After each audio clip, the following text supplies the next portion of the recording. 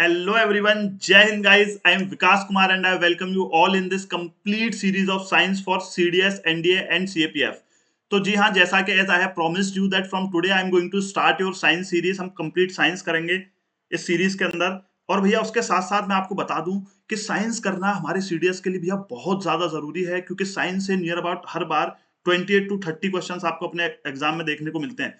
और सबसे बढ़िया और बेहतरीन बात यह है कि इस 28 से 30 क्वेश्चंस में से करीब करीब आपको 24 से 25 क्वेश्चन डायरेक्ट ऐसे मिलेंगे which belongs from your 9th and 10th NCERT. तो आपका एक बहुत ही स्ट्रॉन्ग पोर्शन ये साइंस कवर करती है। That's why if you are thinking to leave science और थोड़ा लाइटली साइंस को पढ़ने के लिए सीडीएस के लिए, तो बिल्कुल मत करिएगा वो चीज, क्योंकि that science is going to be your saviour. भैया आपकी सेवियर रहने वाली है। तो ये साइंस की कंप्लीट सीरीज रहेगी। I am starting up with bio. हम बायोलॉजी से शुरू कर रहे हैं, फिर हम भैया उसके बाद कंप्लीट करेंगे आपकी फिजिक्स, फिर मैं आपकी कंप्लीट करूंगा उसके बाद केमिस्ट्री।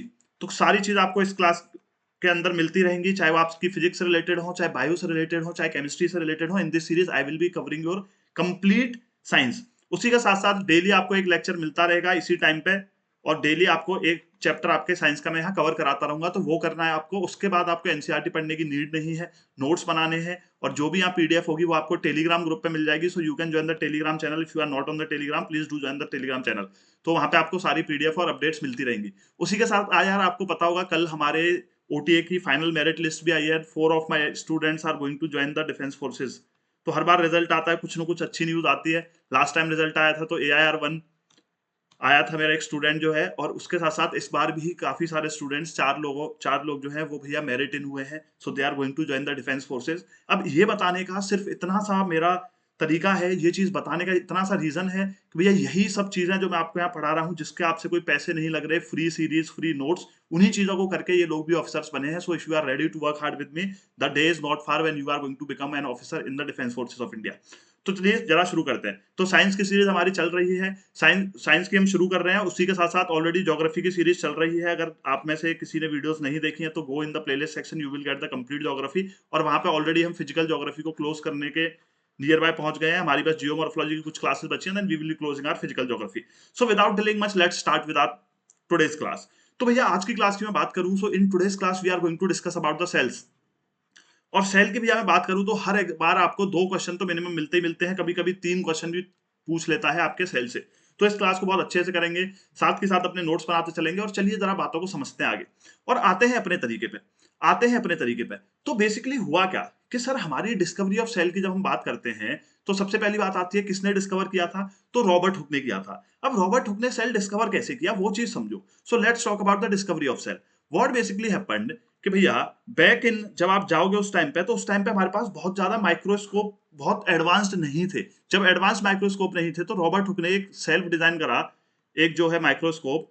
और क्या करा इन्होंने, कॉर्क कॉर्क के सेल्स लिए, मतलब कॉर्क के सेल्स लिए इन द सेंस कि जो कॉर्क होती है, कॉर्क क्या है, मेरी जो डेड सेल्स, जो बार्क ऑफ द ट्री होती है, जो ट्री अपने पेड़ के ऊपर ब्राउन ब्राउन सी एक स्किन देखी होगी, उसको हम बोल देते हैं कॉर्क। तो इन्होंने कॉर्क लिया, जिसको आप बोल देते हो पेड़ की छाल। जब इन्होंने कॉर्क लिया तो उसको अपने सेल्फ डिजाइन जो माइक्रोस्कोप है उससे ऑब्जर्व करा। और उससे ऑब्जर्व करा तो इन्हें मिला कि भैया वो एक हनी कॉम, जैसे आपकी मधुमक्खी का छत्ता होता है, एक हनी कॉम के स्ट्रक्चर में उन्हें चीजें देखने को मिली। तो जब उन्हें ये चीजें देखने को मिली तो इन्होंने बोल दिया कि भाई यही, इसी को मैं बोलता हूँ cell. Cell is a Latin word for small room. तो इसी को इन्होंने बोल दिया सेल। तो Robert Hooke discovered the cell. जब उन्होंने एग्जामिन करा कॉर्क को और देखा कि भैया वहां पे एक हनीकॉम जैसा स्ट्रक्चर बन रहा है, चाहे वो ज्यादा अमाउंट लें चाहे कम अमाउंट लें, स्ट्रक्चर जो है वो सेम है। तो उससे उन्हें समझ आ गया कि हर लिविंग ऑर्गेनिज्म जो है, हर लिविंग ऑर्गेनिज्म कहीं ना कहीं इन्हीं फंडामेंटल यूनिट से बना है, जिसको हम बोल देते हैं सेल। आपने कहा कोई दिक्कत नहीं सर। तो मैंने आपसे बोला सेल क्या है, कि भाई जस्ट लाइक फॉर एग्जांपल मैं आपसे बात करूं कि अगर हमें एक दीवार बनानी है तो यू विल टेक ब्रिक्स। आप ईंट लगाओगे, ईंट की साइड में एक और ईंट लगाओगे, उसकी साइड में एक और ईंट लगाओगे, पूरी आपकी नींव भर जाएगी। फिर भैया आप उसके ऊपर ईंट लगाते जाओगे, and then your wall will be ready. तो इन द सेम सेंस ये बात कही गई कि भैया सेल जो है, cells are the basic building block of all the living organisms. कि जितने भी मेरे लिविंग ऑर्गेनिज्म है उनके भैया बेसिक बिल्डिंग ब्लॉक्स कौन है, सेल है। इतनी सी बात आई तो सबने कहा ठीक है जी, कोई इशू नहीं है। उसके बाद क्या चीजें करें, तो सिंपल सी बात। और फिर जो आगे चल के हमने सेल की स्टडी करी उसको हमने बोल दिया साइटोलॉजी। इतनी चीज आप याद रखेंगे। तो जरा आते हैं और समझते हैं कुछ चीजों को कि भैया हमारे रॉबर्ट हुक ने क्या करा, he examined, Robert Hooke examined the thin slice of cork. Robert Hooke saw that the cork resemble the structure of a honeycomb consisting of many little compartments. Cork एक सब्सटेंस है जो कहां से आता है, बार्क ऑफ अ ट्री से आता है, और हमेशा याद रखेंगे इसमें डेड सेल्स होते हैं कॉर्क में। तो कोई आपसे पूछे कि भाई किसकी स्टडी करी थी, लिविंग सेल की या डेड सेल की रॉबर्ट हुक ने, तो रॉबर्ट हुक ने डेड सेल की करी थी। अच्छा, लिविंग सेल की पहली बार किसने करी, वो ल्यूवेनहॉक ने करी थी, मैं भी आगे आपको बताने वाला हूँ। तो 1665 में उन्होंने अपना एक खुद का जो माइक्रोस्कोप बना रखा था, उससे रॉबर्ट हुक ने इन बॉक्सेस को देखा और उनको बोल दिया सेल। अब सेल क्या है sir, cell is the smallest unit of life that can exist on its own and they are the building blocks of the living organism. आपने कहा ठीक है, all living organism that we observe around us are made up of cells. हमने कहा ठीक है, study of sales क्या है, साइटोलॉजी है। बात यहां खत्म होती है, चलते हैं जरा आगे बढ़ते हैं। अब जब आगे बढ़े, तो जब आगे बढ़ने के बाद आप समझोगे चीजों को कि सर 1665 में रॉबर्ट हुक ने सेल डिस्कवर कर दिया था। उसके बाद क्या हुआ, एक और आपके साइंटिस्ट थे ल्यूवेनहॉक इन 1674 आफ्टर 11 इयर्स। उन्होंने क्या करा, पॉन्ड वाटर को ऑब्जर्व करा अंडर द माइक्रोस्कोप। और भैया 11 साल में आपके माइक्रोस्कोप भी जो है वो इंप्रूव हुआ। तो इन्होंने देखा कि भाई उसमें कई सारे लिविंग सेल्स देखे इन्होंने, जैसे मैं कहूं बैक्टीरिया, एल्गे। तो इन्होंने लिविंग सेल्स देखे। जब इन्होंने लिविंग सेल्स देखे तो भैया बड़े ही बेहतरीन तरीके से इन्होंने क्या करा, इन्होंने फ्री लिविंग सेल्स को पॉन्ड वाटर में ऑब्जर्व करा। किसने, ल्यूवेनहॉक ने। सो अगर आपसे कोई पूछता है रॉबर्ट हुक ने क्या करा था, डेड सेल्स ऑब्जर्व करे थे, ल्यूवेनहॉक ने लिविंग सेल्स ऑब्जर्व करे थे। उसके बाद एक बंदा है भैया रॉबर्ट ब्राउन, उन्होंने क्या करा, उन्होंने भी ऐसे ही एक ओनियन पील या किसी भी चीज का एक टिश्यू लिया और उस टिश्यू को अंडर इंप्रूव्ड माइक्रोस्कोप स्टेन करके देखा। इन्होंने इस पर आयोडीन डाला। तो आयोडीन डालने के बाद उन्होंने देखा कि हर एक सेल के अंदर भाई कुछ एरिया ऐसा जो है वो सेम स्टेन हो रहा है, और वो हर सेल के अंदर सेम स्टेन हो रहा है। तो इन्होंने कहा कहीं ना कहीं हर सेल के अंदर क्या प्रेजेंट है, न्यूक्लियस प्रेजेंट है। सो Robert brown basically discovered your nucleus. उसके बाद जब आगे बढ़े तो भैया सेल मेरा जो होता है बॉयज एंड गर्ल्स, तो उसकी एक मेम्ब्रेन होती है ऊपर की, और उसके अंदर बहुत सारे सेल ऑर्गेनल्स होते हैं, सेल ऑर्गेनल्स होते हैं। लेकिन जो ये बीच में जो सेल ऑर्गेनल्स का फ्लूइड पार्ट होता है, the entire fluid inside my cell. Entire fluid का मतलब क्या है कि सर जी ये जितना भी मेरा फ्लूइड प्रेजेंट होगा उसको मैं बोल देता हूं प्रोटोप्लाज्म। हम क्या बोल देते हैं, प्रोटोप्लाज्म बोल देते हैं। तो भैया ये किसने डिस्कवर करा, पुरकिंजे ने बोला कि भैया प्रोटोप्लाज्म है, ठीक है कोई दिक्कत नहीं। फिर आती है भैया अगली बारी। अब धीरे धीरे देखो चीजें पता लग रही है हमें कि सेल्स होते हैं, ल्यूवेनहॉक ने बताया फ्री लिविंग सेल्स होते हैं, रॉबर्ट ब्राउन ने बताया न्यूक्लियस होता है। तो पुरकिंजे ने, P for पुरकिंजे, P for protoplasm, आप याद रखोगे, he discovered the coin the term protoplasm. उसके साथ साथ प्रोटोप्लाज्म को कई बार प्लाज्मा भी बोल दिया जाता है, प्लीज रिमेंबर, ठीक है। उसके बाद भैया क्या हुआ, दो साइंटिस्ट थे आपके, स्लेडन एंड श्वान। तो स्लेडन और श्वान ने क्या करा, दे प्रपोज सेल थ्योरी। और सेल थ्योरी का क्या मतलब था कि इन्होंने बोला भाई all plants and animals are made up of cells. ठीक है, all plants and animals are made up of cells, ये थी मेरी सेल थ्योरी। और ये किसने प्रपोज की थी, स्लेडन एंड श्वान ने। अच्छा, अब इस सेल थ्योरी को थोड़ा सा एडवांसमेंट करा। वो थोड़ा सा एडवांसमेंट किसने करा भाई, वर्चू ने करा। अब वर्चू ने क्या बोला कि भाई सेल थ्योरी को तो मैं मानता हूं कि that all living organisms are composed of cells, this is called cell theory. But all those, इन्होंने बस इतनी सी चीज उसमें ऐड कर दी कि भाई all these cells arise from pre existing sales. इसका मतलब क्या है, जैसे मैं आपसे पूछूं भाई हमें आप है, ठीक है, हमें आप है, मेल गैमीट और फीमेल गैमीट, स्पर्म और ओवम जो है क्या हुआ, फ्यूज हुआ। फ्यूज हुआ तो क्या बना भैया, फर्टिलाइजेशन हुआ। फर्टिलाइजेशन होके मैं हूं, आप हो, दुनिया में जितने भी लोग हैं, सबका भैया किससे ओरिजिन हुआ है, एक सिंगल सेल से हुआ है, इन द वॉर्म ऑफ आर मदर्स। ठीक है भैया, हमारा एक सिंगल सेल बना। वही सिंगल सेल क्या हुआ, आगे चल के डिवाइड होता गया, आगे चल के डिवाइड होता गया, और आज हम देखो ऐसे बड़े बड़े ऊंट जैसे लोग बन गए हैं। ठीक है, उन्हीं एक सेल से हम इतने बड़े बड़े लंबे चौड़े से हट्टे कट्टे जो डिफेंस फोर्सेस को ज्वाइन करने वाले हैं, इतने बड़े बड़े लोग बन गए। तो वर्चू ने बस इतनी सी बात बताई कि all the cells arise from pre existing cells, कि भाई सेल डिवीजन के थ्रू ही सारे ऑर्गेनिजम्स बनते हैं, और इतनी बड़ी बड़ी आप मल्टी सेलुलर ऑर्गेनिजम्स जो देख रहे हो वो एक सिंगल सेल से ही बने हैं। ये बात किसने करी, वर्चू ने करी। अच्छा, उसके बाद क्या आता है कि भैया based on the number of cells we divide our organisms. Based on the number of cells हम अपने ऑर्गेनिज्म को डिवाइड करते हैं। आप बचपन से पढ़ते आ रहे हो भैया, कैसे डिवाइड करते हैं सर, कि मैंने बोला आपको भैया एक तो होते मेरे यूनिसेलुलर, यूनिसेलुलर ऑर्गेनिजम्स। आपने कहा कोई दिक्कत नहीं सर। अब boys and girls, unicellular organisms में क्या होगा, unicellular organisms are those organisms which are composed of a single cell, कि ऐसे ऑर्गेनिज्म जो एक सिंगल सेल के बने होते हैं। तो भैया आपका, आप कह सकते हो कि आपका न्यूट्रिशन भी यही करेगा एक सेल, डाइजेशन भी एक ही सेल करेगा ये, आपका एक्सक्रीशन भी इसी एक सेल से होगा, तो जितने भी फंक्शन है सर्वाइवल के लिए वो एक सिंगल सेल सफिशिएंट रहेगा करने के लिए। और ऐसे ऑर्गेनिज्म जिनमें एक सिर्फ सिंगल सेल प्रेजेंट होता है उसको मैं क्या बोल देता हूं, यूनिसेलुलर ऑर्गेनिजम्स बोल देते हैं। जैसे आपके बैक्टीरिया हैं, जैसे आपके प्रोटोजोआ हैं, बैक्टीरिया हो गया, आपके प्रोटोजोआ हो गए, ठीक है। ये सबके सब आपके क्या है, आपका साइनोबैक्टीरिया हो गया। दीज आर ऑल, आपका पैरामीशियम हो गया, पैरामीशियम आपका अमीबा हो गया। All these organisms are basically composed of a single cell. That's why we call them unicellular organisms. उसके साथ साथ क्या हुआ, based on these number of cells, दूसरी जो कैटेगरी बनी मेरी कि भैया फिर मेरे बने मल्टीसेलुलर ऑर्गेनिजम्स। तो multicellular organisms are all those organisms which are composed of two और मोर देन टू। कि भाई दो या दो से ज्यादा सेल से जितने भी ऑर्गेनिज्म बनते हैं वो मल्टीसेलुलर ऑर्गेनिजम्स हैं। अब जो मल्टीसेलुलर ऑर्गेनिजम्स होंगे उनमें क्या होगा, बहुत अलग अलग तरीके के different different type of cells होंगे जो डिफरेंट डिफरेंट आपका फंक्शन परफॉर्म करेंगे। जैसे मैं आपसे कहूं हम ह्यूमंस हैं, तो आपने देखा होगा आपका ब्लड सेल अलग साइज का होता है, अलग शेप का होता है। मैं आपसे कहूं नर्व सेल का which is the longest cell of your body, वो एक अलग शेप का होगा। So multi cellular organisms need more amount of energy for their survival. So उनके बॉडी के अंदर क्या है, स्पेशलाइजेशन हो गया कि अलग अलग तरीके के शेप एंड साइज के सेल्स होंगे जो अलग अलग फंक्शंस करेंगे। और इसीलिए ये दो या ज्यादा सेल से बने होते हैं कौन, हमारे मल्टी सेलुलर ऑर्गेनिजम्स। इतनी सी बात थी यूनिसेलुलर और मल्टी सेलुलर की। तो जरा आगे चलते हैं। अब यहां से क्वेश्चन क्या बनता है आपका, पीवाईक्यू है कि भाई आपसे पूछता है यूनिसेलुलर कौन कौन है। तो आपको बस एग्जांपल याद रखने हैं कि भैया सिंगल सेल जिनका होता है उन्हें हम यूनिसेलुलर बोलते हैं। Examples are amoeba, amoeba, chlamydomonas, paramecium, protozoa, bacteria, all these are unicellular organisms. Multicellular में आपको पता है फंगाई हैं, प्लांट्स हैं, सब सारे के सारे एनिमल्स हैं, वो सारे क्या है मेरे मल्टीसेलुलर ऑर्गेनिजम्स हैं। इतनी सी बात हुई। फिर जब हम आगे चलते हैं इस क्लास में तो अब बात करेंगे सेल के शेप एंड साइज की, सेल के शेप एंड साइज की। तो देखो यार बात क्या थी ना, जैसे मैंने आपको बताया here you can see this in this picture that are different cells have different shape and size. तो वो डिफरेंट शेप एंड साइज क्यों है मेरे फौजियों, वो भैया इसलिए है क्योंकि उन्हें डिफरेंट फंक्शन करते हैं। तो कोई भी आपसे पूछता है कि भाई सेल के शेप एंड साइज डिफर क्यों होते हैं, तो आप बोलोगे कि the shape and size of a cell depends on the kind of function it needs to perform. As they have to perform different kind of functions, their shape and size is different. जैसे मैं ovum देखूं तो ovum का आप याद रखेंगे it is the largest cell in the human body, ठीक है। आप भैया स्पर्म को देखो, sperm is the smallest cell in the human body, ठीक है। अच्छा ये आपका फैट सेल हो गया।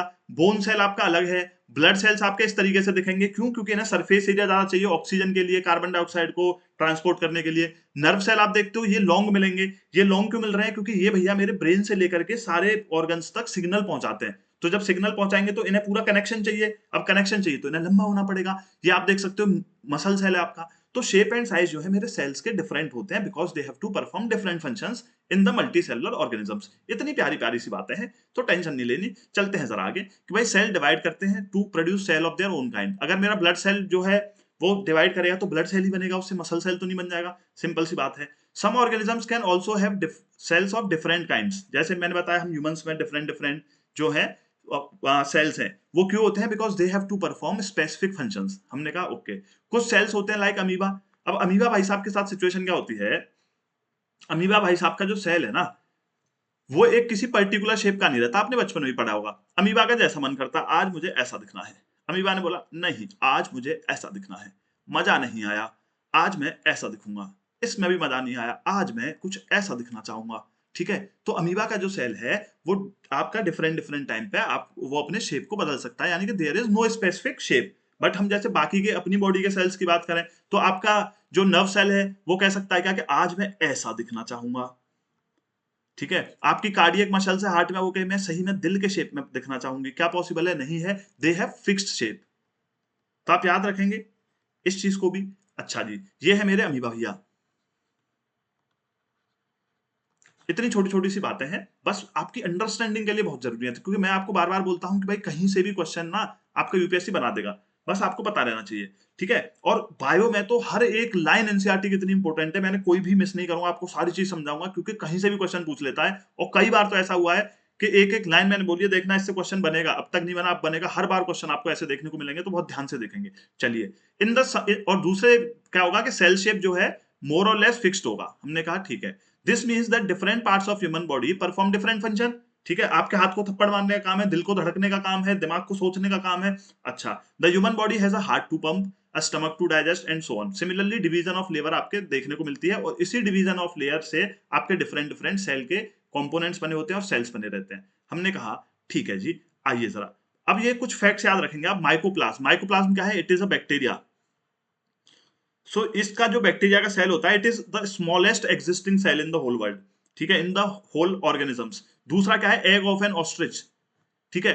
एग का जो ऑस्ट्रिच, सॉरी, जो ऑस्ट्रिच का एग है, एग का ऑस्ट्रिच नहीं, कह भी सकते हो, मुर्गी पहले आई या ऑस्ट्रिच पहले आया, सॉरी, अंडा पहले आया ऑस्ट्रिच, मजाक भी करते हैं लोग। तो ऑस्ट्रिच का जो मेरा एग है, that is the largest cell.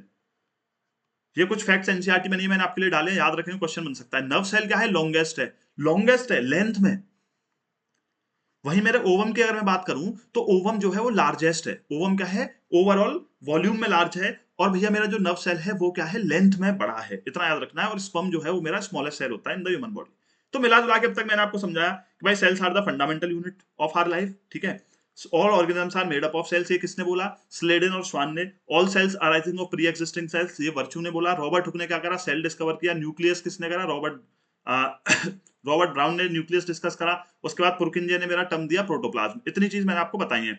उसके बाद फिर जब हम आगे आए तो मैंने आपको बताया unicellular composed of a single cell, multicellular composed of two और more than two cells. Unicellular के एग्जांपल क्या थे? Amoeba, paramecium, bacteria, protozoa, cyanobacteria, all these are examples आपके किसके हो गए? यूनिसेलुलर के हो गए। मल्टी सेलुलर मैंने आपको बताया टू और मोर सेल्स। अब मल्टी सेलुलर में क्या है कि भाई शेप एंड साइज जो है सेल्स का अलग अलग मिलेगा, because they have to perform different functions. इतनी सी बात अब तक मैंने बताई है, इसको नोट्स में लिखेंगे। और जरा अब आएंगे, अब जरा बढ़िया वाली चीज शुरू करते हैं।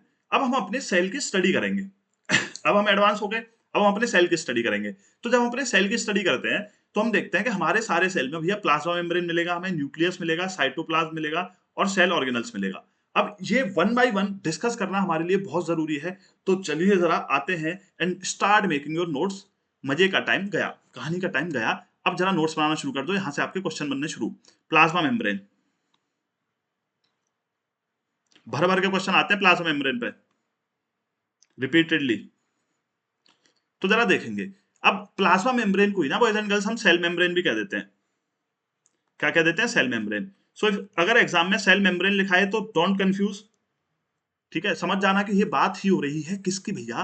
प्लाज्मा मेम्ब्रेन की। अब विकास भैया, बहुत देर पीडीएफ रीड कर लिया आपने भी, अब जरा अपने तरीके से आके, जैसे हमें ज्योग्राफी पढ़ाई है, एक एक चीज हमारी क्लियर करो। तो जरा आते हैं, समझते हैं। प्लाज्मा मेम्ब्रेन क्या है? प्लाज्मा मेम्ब्रेन है भैया आपकी outermost covering of the cell. This is the, notes बनाते चलो, नोट्स बनाते चलो। आउटर मोस्ट कवरिंग, बिना नोट्स वाले स्टूडेंट नहीं चाहिए मुझे। कवरिंग ऑफ सेल, जो कहानी सुनने के लिए आते हैं।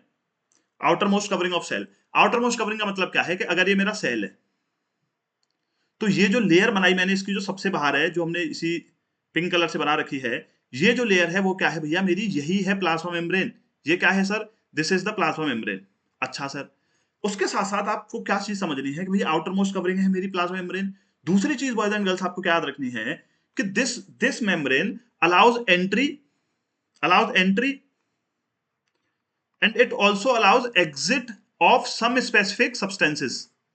कि कुछ ऐसे सब्सटेंस होंगे, जैसे आपका कार्बन डाइऑक्साइड है, जैसे आपका ऑक्सीजन है, सॉरी, तो उसको एंट्री देंगे। जैसे आपका वाटर है, इसको ये अलाउ करेंगे कि भाई तुम अंदर जा सकते हो। कार्बन डाइऑक्साइड मेरा सेलुलर वेस्ट है, कि जब भैया हम रेस्पिरेशन करते हैं तो हमारा carbon dioxide as a waste generate होता है। अब जब वो कार्बन डाइऑक्साइड जो है भैया एज अ वेस्ट जो है जनरेट हुआ, तो उसको कार्बन डाइऑक्साइड को बाहर भी निकालना है। So these cells, this plasma membrane basically allows the entry and exit like carbon dioxide of some substances.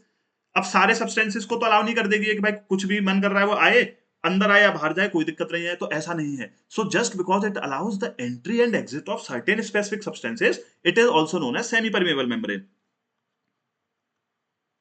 इसको हम बोल देते हैं सेमी परमेबल मेम्ब्रेन।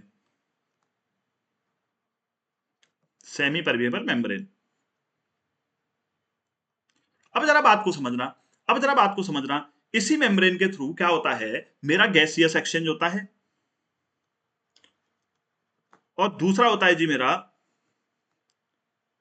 दूसरा होता है वाटर का एक्सचेंज। अब वन बाय वन चीज समझेंगे। जो मेरा गैसियस एक्सचेंज है, that takes place by the process of diffusion. That takes place by the process of diffusion. अब भैया डिफ्यूजन क्या है? जरा समझेंगे बात को। डिफ्यूजन क्या है? One by one, notes notes notes. बार बार कहता हूं, if you want to become an officer, firstly you will have to become a clerk. PDF पढ़ लूंगा, ये कर लूंगा, ऐसे चक्कर में मत रहो, आपके नोट्स आपके बहुत काम आएंगे। डिफ्यूजन की बात करते हैं। अब जरा डिफ्यूजन की हम बात करते हैं। डिफ्यूजन क्या है? देखो, डिफ्यूजन क्या है? It is basically the spontaneous movement of particles from a region of higher concentration to lower concentration. Sir बात जरा कुछ समझ नहीं आई तो बात को जरा मैं समझाऊंगा। आपने सबने इंसेंस स्टिक यूज करी होगी अपने घर में, अगरबत्ती, अपनी भाषा में बोलते हैं अगरबत्ती यूज करी होगी। तो आप अगरबत्ती जलाते हो। आप जब अगरबत्ती जलाओगे तो आपने पूजा जहां आप पूजा करते हो वहां अगरबत्ती जलाई, पूरे घर में उसकी खुशबू चली जाती है, उसकी फ्रेग्रेंस पूरे घर में चली जाती है। ऐसा क्यों हुआ? ऐसा क्यों हुआ? आपने भैया परफ्यूम लगाया। तो मोस्टली आप देखते होगे हमारी मम्मियों को, ज्यादातर मम्मियों को परफ्यूम की खुशबू बढ़िया नहीं लगती, तो एकदम बोलेंगी लगाया आया। ठीक है, अब आपने दूसरे रूम में परफ्यूम लगाया, उन्हें कैसी खुशबू आ गई? तो भैया क्या हुआ कि ये जो पार्टिकल्स थे, मेरे डीओ के गैसियस पार्टिकल्स, या मेरे जो इंसेंस स्टिक से जो गैसियस पार्टिकल्स निकले, वो क्या करते हैं, एयर में डिफ्यूज होते हैं कि भाई उनका कंसंट्रेशन वहां ज्यादा था, तो जहां कंसंट्रेशन कम है वो डिफ्यूज होते हैं। और कब तक डिफ्यूज होंगे? जब तक इक्विलिब्रियम नहीं बन जाएगा, कि पूरे घर में बराबर खुशबू नहीं हो जाएगी आपके इंसेंस स्टिक की, या पूरे कमरे में बराबर खुशबू नहीं हो जाएगी आपके परफ्यूम की, तब तक क्या होगा, वो भैया आपके डिफ्यूज होते रहेंगे। अब आप कहोगे कि सर फिर ऐसा क्यों होता है कि हमने लगाया और लगाने के बाद सर फिर हमारे ऐसे कोई हमें स्मेल करे, तो भाई हमारे अंदर तो बहुत टाइम तक रहती है परफ्यूम की स्मेल। वो क्यों? क्योंकि फिर वो गैस से ना लिक्विड बन जाता है, जैसे ही वो बाहर आता है टेम्परेचर जो है उसका टेम्परेचर चेंज होता है, तो आप देखते होगे लगाने के बाद लिक्विड बन जाता है, अंदर वो गैसियस फॉर्म में रहता है, तो जब तक वो गैसियस फॉर्म में वो डिफ्यूज होगा। इतनी सी बात आपको याद रखनी है, इसी को कह देते हैं डिफ्यूजन। अब डिफ्यूजन क्या है, आप इसकी डेफिनेशन लिखो, चलो फटाफट नोट्स में। डिफ्यूजन की डेफिनेशन लिखो कि sir ji diffusion is spontaneous movement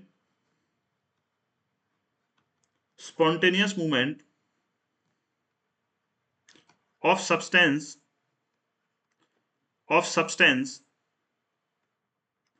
from a region of from a region of higher concentration to lower concentration। ये हो गया डिफ्यूजन। अब जरा बात को समझो, मैंने आपसे कहा कि भैया हमारे सेल में डिफ्यूजन होता है और डिफ्यूजन के थ्रू गैसेस आती हैं। गैसेस कैसे आती हैं? मैंने आपको बोला कि भैया ये मेरा सेल है, ठीक है, तो ऑक्सीजन इसके अंदर आएगी। दूसरा मैंने बोला कि भैया ये मेरा सेल है, यहां मेरा कार्बन डाइऑक्साइड है, carbon dioxide selectively permeable membrane से बाहर जाएगी, ठीक है, एग्जिट होगी। अब ये कैसे हुआ? ये कैसे हुआ कि भैया आप देखते हो आपके एनवायरमेंट में जो है वो ऑक्सीजन हमारे एनवायरमेंट में काफी हद तक प्रेजेंट है, काफी ज्यादा प्रेजेंट है। तो ऑक्सीजन का जो कंसंट्रेशन है, it was higher outside the cell, it was higher outside the cell. तो क्या हुआ कि भाई हाइयर कंसंट्रेशन से लोअर कंसंट्रेशन की तरफ आपकी जो है ऑक्सीजन सेल के थ्रू ट्रेवल करेगी। दूसरी सिचुएशन में क्या हुआ कि मैंने भैया रेस्पिरेशन करा, तो हमारी बॉडी में कार्बन डाइऑक्साइड बनता है एज अ वेस्ट, वो कार्बन डाइऑक्साइड बना, तो कार्बन डाइऑक्साइड का कंसंट्रेशन आपके सेल के अंदर ज्यादा था और आपके एनवायरमेंट में बाहर सराउंडिंग में कम है। तो क्या हुआ, carbon dioxide from a region of higher concentration to lower concentration हमारे सेल से बाहर आ जाती है। इसी को भैया मैं बोल देता हूं डिफ्यूजन। आपने कहा कोई दिक्कत नहीं सर। उसके साथ साथ आपको क्या चीज याद रखनी है कि मैंने आपसे कहा कि क्या मेरे डिफ्यूजन को सेमी परमेबल मेम्ब्रेन की जरूरत होती है? अब आपने कहा कि सर है तो सही सेमी परमेबल मेम्ब्रेन, उसी से तो डिफ्यूजन हो रहा है। मैंने कहा बिल्कुल, जो पोर्स है हमारे, जो पोर्स हैं प्लाज्मा मेम्ब्रेन में, कंटिन्यूअस नहीं है, पोर्स हैं थोड़े से, तो उन्हीं से तो डिफ्यूजन हो रहा है। बट आप याद रखेंगे, जब हम होलिस्टिकली कंबाइन करके डिफ्यूजन के प्रोसेस को पढ़ते हैं, तो ऑलवेज अगर आपका एग्जामिनर पूछता है तो आप बोलोगे no need of semi permeable membrane, no need of semi permeable membrane, SPM. अब आपने मेरे से कहा कि सर अच्छा जी, अब इसको सपोर्ट करो सर अपने आर्गुमेंट को, तो भैया यहाँ देख लो, मैंने तो बोला इंसेंस स्टिक भी डिफ्यूजन है भैया, आपके परफ्यूम की खुशबू भी डिफ्यूजन है, तो वहां कौन सी सेमी परमेबल मेम्ब्रेन है? कोई सेमी परमेबल मेम्ब्रेन नहीं है। So diffusion doesn't require a semi permeable membrane, but spontaneous movement from region of higher concentration to lower concentration is called diffusion. अच्छा, अब क्या होता है, ये डिफ्यूजन हो गया। अब डिफ्यूजन के बाद जब हम आगे बढ़े तो एक और प्रोसेस होता है। मैंने फिर आपसे बोला कि गैसियस एक्सचेंज हो गया किससे? डिफ्यूजन से। गैसियस एक्सचेंज मेरा हुआ डिफ्यूजन से। मैंने बोला आपको कि भैया मेरे वाटर का जो एक्सचेंज है, ये कार्बन डाइऑक्साइड और ऑक्सीजन का एक्सचेंज हो गया। उसके साथ साथ जो वाटर का एक्सचेंज है वो होता है भैया ऑस्मोसिस से। तो ऑस्मोसिस क्या है? Osmosis also obeys the law of diffusion, it is also a kind of diffusion, but it is a special kind of diffusion which requires a semi permeable membrane. बात खत्म। It requires a semi permeable membrane. अब जरा बात को सुनो, और आपके osmosis में सिर्फ वाटर ट्रेवल करेगा, नो गैसेस। बात समझ में आई? तो हाउ ऑस्मोसिस, ठीक है, ऑस्मोसिस क्या है, एक डिग्री हाइयर मेरा डिफ्यूजन का ही तरीका है। क्या होगा कि sir it will obey the law of diffusion. Diffusion की मेरी लॉ क्या थी कि sir things always, substances always travel from a region of higher concentration to lower concentration, but in diffusion it doesn't require a semi permeable membrane, but here it will require a semi permeable membrane। तो अब definition क्या बनी? और दूसरी चीज, ये सिर्फ किसका होगा, वाटर का होगा। तो मेरी ऑस्मोसिस की डेफिनेशन क्या बनी? तीनों चीजों को जोड़ दो, इतनी इंग्लिश तो सबको आती होगी। अब बना लो डेफिनेशन। आपने बनाया कि sir the spontaneous movement of water from a region of higher concentration to lower concentration through a semi permeable membrane is called osmosis। बात खत्म। ऑस्मोसिस क्या है कि sir it is a special kind of diffusion, it obeys the law of diffusion, that is water will travel from a region of higher concentration to lower concentration, but it will always require a semi permeable membrane. मैंने कहा बिल्कुल सही बात है, कायदे की बात है, बात जो करते हैं आगे। अब क्या होगा, आपका जब ऑस्मोसिस होगा तो आपके तीन सिचुएशंस बनेंगी। आपका जब ऑस्मोसिस होगा तो there will be three type of solutions. Come here, एक ब्लैंक पेज ढूंढते हैं। आइए, होगा क्या, अब मैंने आपसे तीन सिचुएशन पूछी, रटना नहीं है, रटना नहीं है कुछ भी, बात को समझो। मैंने आपसे कहा कि ये मेरा सेल है, आपने कहा बिल्कुल सर। मैंने कहा तीन सिचुएशन ही बन सकती है। मैंने तो आपसे कहा कि भाई वाटर का जो कंसंट्रेशन है इसके आउटसाइड ज्यादा है, the concentration of water outside the cell is more, और यहाँ पे कंसंट्रेशन जो है वो कम है। तो मैंने आपसे पूछा कि किस डायरेक्शन में वाटर ट्रेवल करेगा, through a semi permeable membrane. तो आपने कहा कि sir from a region of higher concentration to lower, यानी कि आउटसाइड से इनसाइड करेगा, नेट मूवमेंट ज्यादा होगा आउटसाइड टू इनसाइड। मैंने कहा दूसरी सिचुएशन मेरी क्या थी कि सेल का वाटर कंटेंट ज्यादा था और जो बाहर मेरा H2O का कंटेंट है वो कम है। तो आपने कहा सर सेल से बाहर आएगा पानी, नेट मूवमेंट ज्यादा होगा। मैंने कहा तीसरी सिचुएशन ऐसी है कि भैया जहां मेरा वाटर का सेल के अंदर भी बराबर है और H2O मेरा बाहर भी बराबर है, तो आपने बोला कि sir net movement will be zero, the resultant net movement will be zero, क्योंकि यहाँ पे ना तो हाइयर कंसंट्रेशन लोअर कंसंट्रेशन का है, नहीं तो ऑस्मोसिस होगा नहीं। तो ये तीन तरीके के मेरे सॉल्यूशंस होते हैं। अब एक मेरा ऐसा सॉल्यूशन जिसमें water travels from outside the cell to inside, तो उसको मैं बोल देता हूं क्या, हाइपोटोनिक सॉल्यूशन, हाइपोटोनिक। अब मैंने ओ बड़ा क्यों बनाया, क्योंकि मैं बचपन में जब भैया बायोलॉजी पढ़ता था तो मेरे को बड़ी दिक्कत रहती थी इनको याद रखने में। तो मैंने एक ये बढ़िया सी चीज निकाली, ओ मतलब फूल के मोटा हो गया, ओ की तरह। तो जब मोटा होगा सेल, मोटा कब होगा, जब उसमें वाटर एब्जॉर्ब होगा। वाटर कब एब्जॉर्ब होगा, जब वाटर की कंसंट्रेशन बाहर ज्यादा होगी और अंदर कम होगी। तो उसको मैं क्या बोलता हूँ, हाइपोटोनिक सॉल्यूशन। दूसरी जो सिचुएशन मैंने आपको बोली कि भैया मेरा एक सॉल्यूशन ऐसा था जब सेल के अंदर कंसंट्रेशन ज्यादा है, तो क्या होगा, सेल से बाहर आएगा पानी एंड सेल इसमें क्या होगा, स्वेल हो जाएगा, सेल विल स्वेल, फूल के मोटा, ठीक है। अब दूसरी सिचुएशन में क्या होगा कि पानी अंदर से बाहर आ गया। सर जब अंदर से बाहर आ गया तो क्या होगा, cell will shrink, and this type of solution is known as hypertonic. आपने देखा होगा जो आदमी बहुत ज्यादा हाइपर रहता है, 24 घंटे बहुत गुस्से में रहता है, वो सूखता चला जाता है। तो it will sink, it will sink, ठीक है। अच्छा, तीसरी सिचुएशन मेरी क्या होगी कि sir water concentration is equal, तो इसमें क्या होगा कि इसको बोलूंगा मैं आइसो। आइसो मतलब सेम, ज्योग्राफी पढ़ रहे हैं ना हम, isotherm places having equal temperature, isobars, ठीक है, all the places on the earth, imaginary lines on the earth with joint places having equal atmospheric pressure, isobars. ऐसे ही मेरा क्या है, आइसोटोनिक सॉल्यूशन। इसमें क्या होगा, cell will remain same, volume of cell will remain same. अब एक चीज देखो, अब मैं आपको कुछ एग्जांपल दूं। मैंने आपसे कहा कि एक बात बताओ मेरे को, मैंने आपसे कहा आपके पास रेजिन्स है, किसमें सबने खाई है, किसमें सबने खाई है, रेजिन्स हैं, आलमंड्स हैं आपके पास। मैंने कहा रेजिन्स हैं, आपने वो वाटर में डाल दी, पहली सिचुएशन। तो क्या होगा सर, वाटर का कंसंट्रेशन किसमिस के बाहर ज्यादा था, तो क्या हुआ, अंदर आ गया पानी, वो फूल जाएगी, बादाम मेरा फूल जाएगा। अच्छा, दूसरी सिचुएशन मैंने क्या बोली आपसे, मैंने कहा मैंने आपको सॉल्ट दे दिया, सॉल्ट। तो आपने कहा सर सॉल्ट में अगर उसको रख दोगे तो सर सॉल्ट नीड्स वाटर, वो खुद एब्सॉर्ब करता है, कंसंट्रेशन कम है, इट विल सिंक। तो भैया ये चीज हुई। दूसरा एक एनसीईआरटी में आपका एक और एग्जांपल है, आपके एग,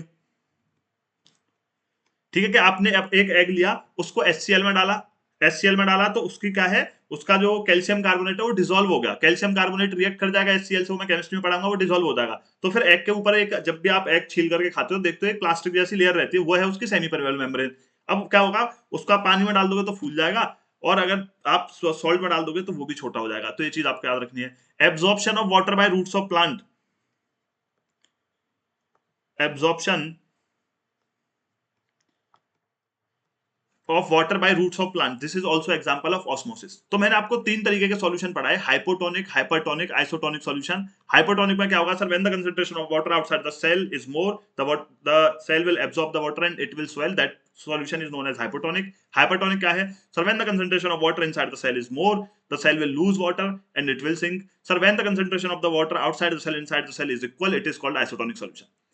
अब यहां से जो क्वेश्चन बनेगा ना, बहुत प्यारा क्वेश्चन जो बनेगा, वो यहां से नहीं बनेगा, वो ऐसे बनेगा कि आप एक एक फंडामेंटल मेरा याद रखना, जो अभी बता रहा हूं, एक फंडामेंटल याद रखना।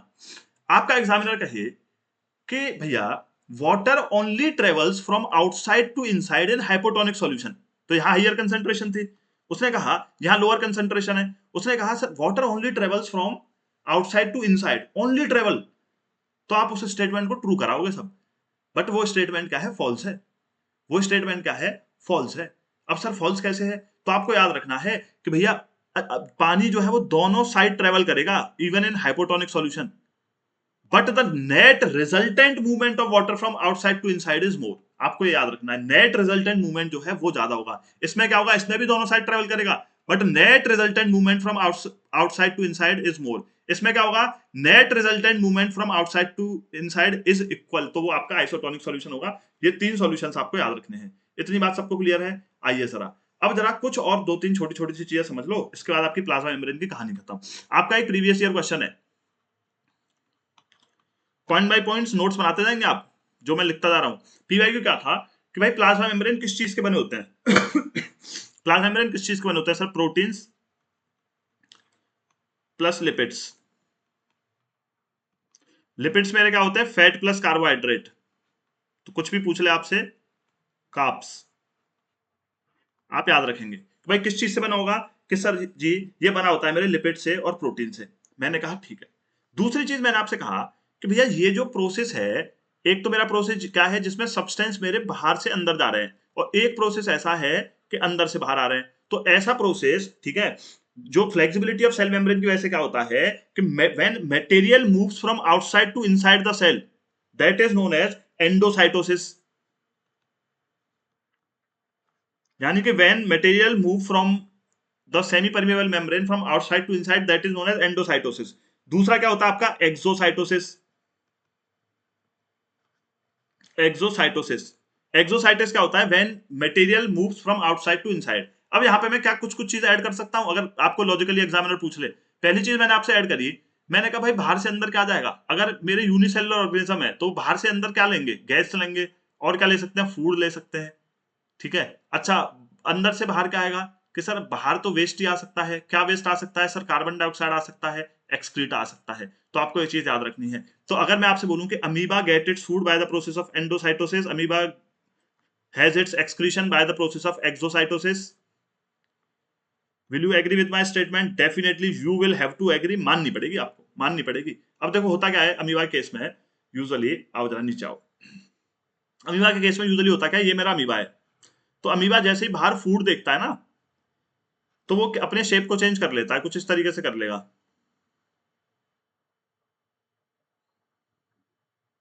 ठीक है। अच्छा, अब यहाँ फूड आ गया, तो ये जो इसके दो एंटीने जैसे खड़े हो गए ना फूड की तरफ, इनको आप बोल देते हो स्यूडोपोडिया, स्यूडोपोडिया। और ये क्या करेगा, इस फूड को एनगल्फ कर लेगा, और जैसे ये फूड को एनगल्फ करेगा, तो अमीबा के अंदर होता है एक फूड वैक्यूल, उसके अंदर ये फूड चला जाएगा। इस फूड से पूरा अपना न्यूट्रिशन लेगा, जो जो चीज से चाहिए होगी, क्या ही न्यूट्रिशन चाहिए होता होगा इसको, 2 ग्राम, 2 ग्राम मिश्री एक ही तो सेल है, 2 ग्राम मिश्री खाता होगा ये। चलो, उसके बाद जो भी उसे चाहिए होता होगा, फिर ये फूड वैक्यूल में अपना सब कुछ करता होगा। उसके बाद क्या हुआ, इसने डाइजेशन कर लिया, तो इसका कुछ वेस्ट बन गया, कितना ही एक्सक्रीटा निकालता होगा ये, है 0.5 मिलीमीटर नैनो मिलीमीटर, ठीक है। अब क्या होगा, ये फिर आपका वापस से इसी सेल, इसी प्लाज्मा मेम्ब्रेन से बाहर आ जाएगा, कहा, इसका एक्सक्रीटा। तो आपसे पूछे कि भाई amoeba get its food by the process of endocytosis और एक्सोसाइटोसिस क्या है भैया आपका? ठीक है, एक्सोसाइटोसिस है जब बाहर अंदर से बाहर आएंगी चीजें, और एंडोसाइटोसिस है जब बाहर से अंदर जाएंगी चीजें।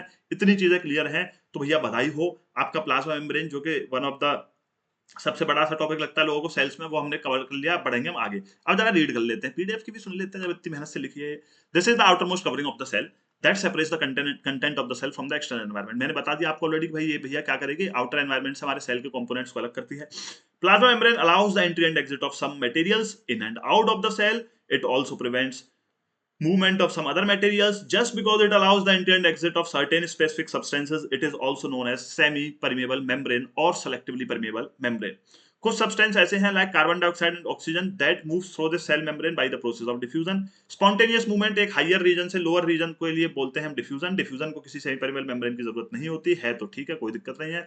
Thus diffusion plays an important role in the exchange of carbon dioxide and oxygen. Oxygen कहां से? बाहर से अंदर। कार्बन डाइऑक्साइड कहां से? ये सेलुलर वेस्ट होता है तो सेल के अंदर से भैया बाहर आएगी कार्बन डाइऑक्साइड। और क्या है? Water obeys the law of diffusion. Osmosis क्या है? Passage of water from a region of higher concentration to lower concentration through a semi permeable membrane, ठीक है, is known as osmosis. Movement of water across the plasma membrane is also affected by amount of substance dissolved in water. ये concentration की बात कर रहा है, घबराना नहीं इतनी इंग्लिश पढ़ के। फिर टाइप ऑफ सॉल्यूशन, सबसे पहला है हाइपोटोनिक सॉल्यूशन, ऑलरेडी समझा चुका हूं। अब जो मैंने बात बताई थी नोट वाली, वो देखो यहां मैंने मेंशन कर दिया आपके लिए। नोट नोट नोट, अभी ये वाले नोट पढ़ोगे तभी असली नोट मिलेगा, ठीक है। Water molecules are free to pass across the cell membrane in both direction. Hypotonic में दोनों डायरेक्शन में होगा, but more water will come into the cell than will leave. The net result is that water enters the cell. Isotonic में क्या होगा कि भैया water crosses the cell membrane in both direction but the amount going is the same, in and out same रहेगा। तीसरी situation में क्या होगा? Water crosses the cell membrane in both direction but this time more water leaves the cell than it enters and the cell will shrink, and this is known as hypertonic. फिर आएंगे osmosis, क्या है? Special type of diffusion है भैया through a selectively permeable membrane. जो हमारे unicellular organism होते हैं वो इसी ऑस्मोसिस और डिफ्यूजन से अपना जीवन व्यापन कर लेते हैं, पर क्या हम कर सकते हैं? हम कर सकते हैं। मैंने आपको बोला ये है 2 ग्राम मिश्री, अपने सेल में इसे डिफ्यूजन के थ्रू ले लो। आपका कुछ होने वाला है उससे? कुछ नहीं होगा। आप कहोगे कि सर मुझे चाहिए 500 ग्राम पनीर।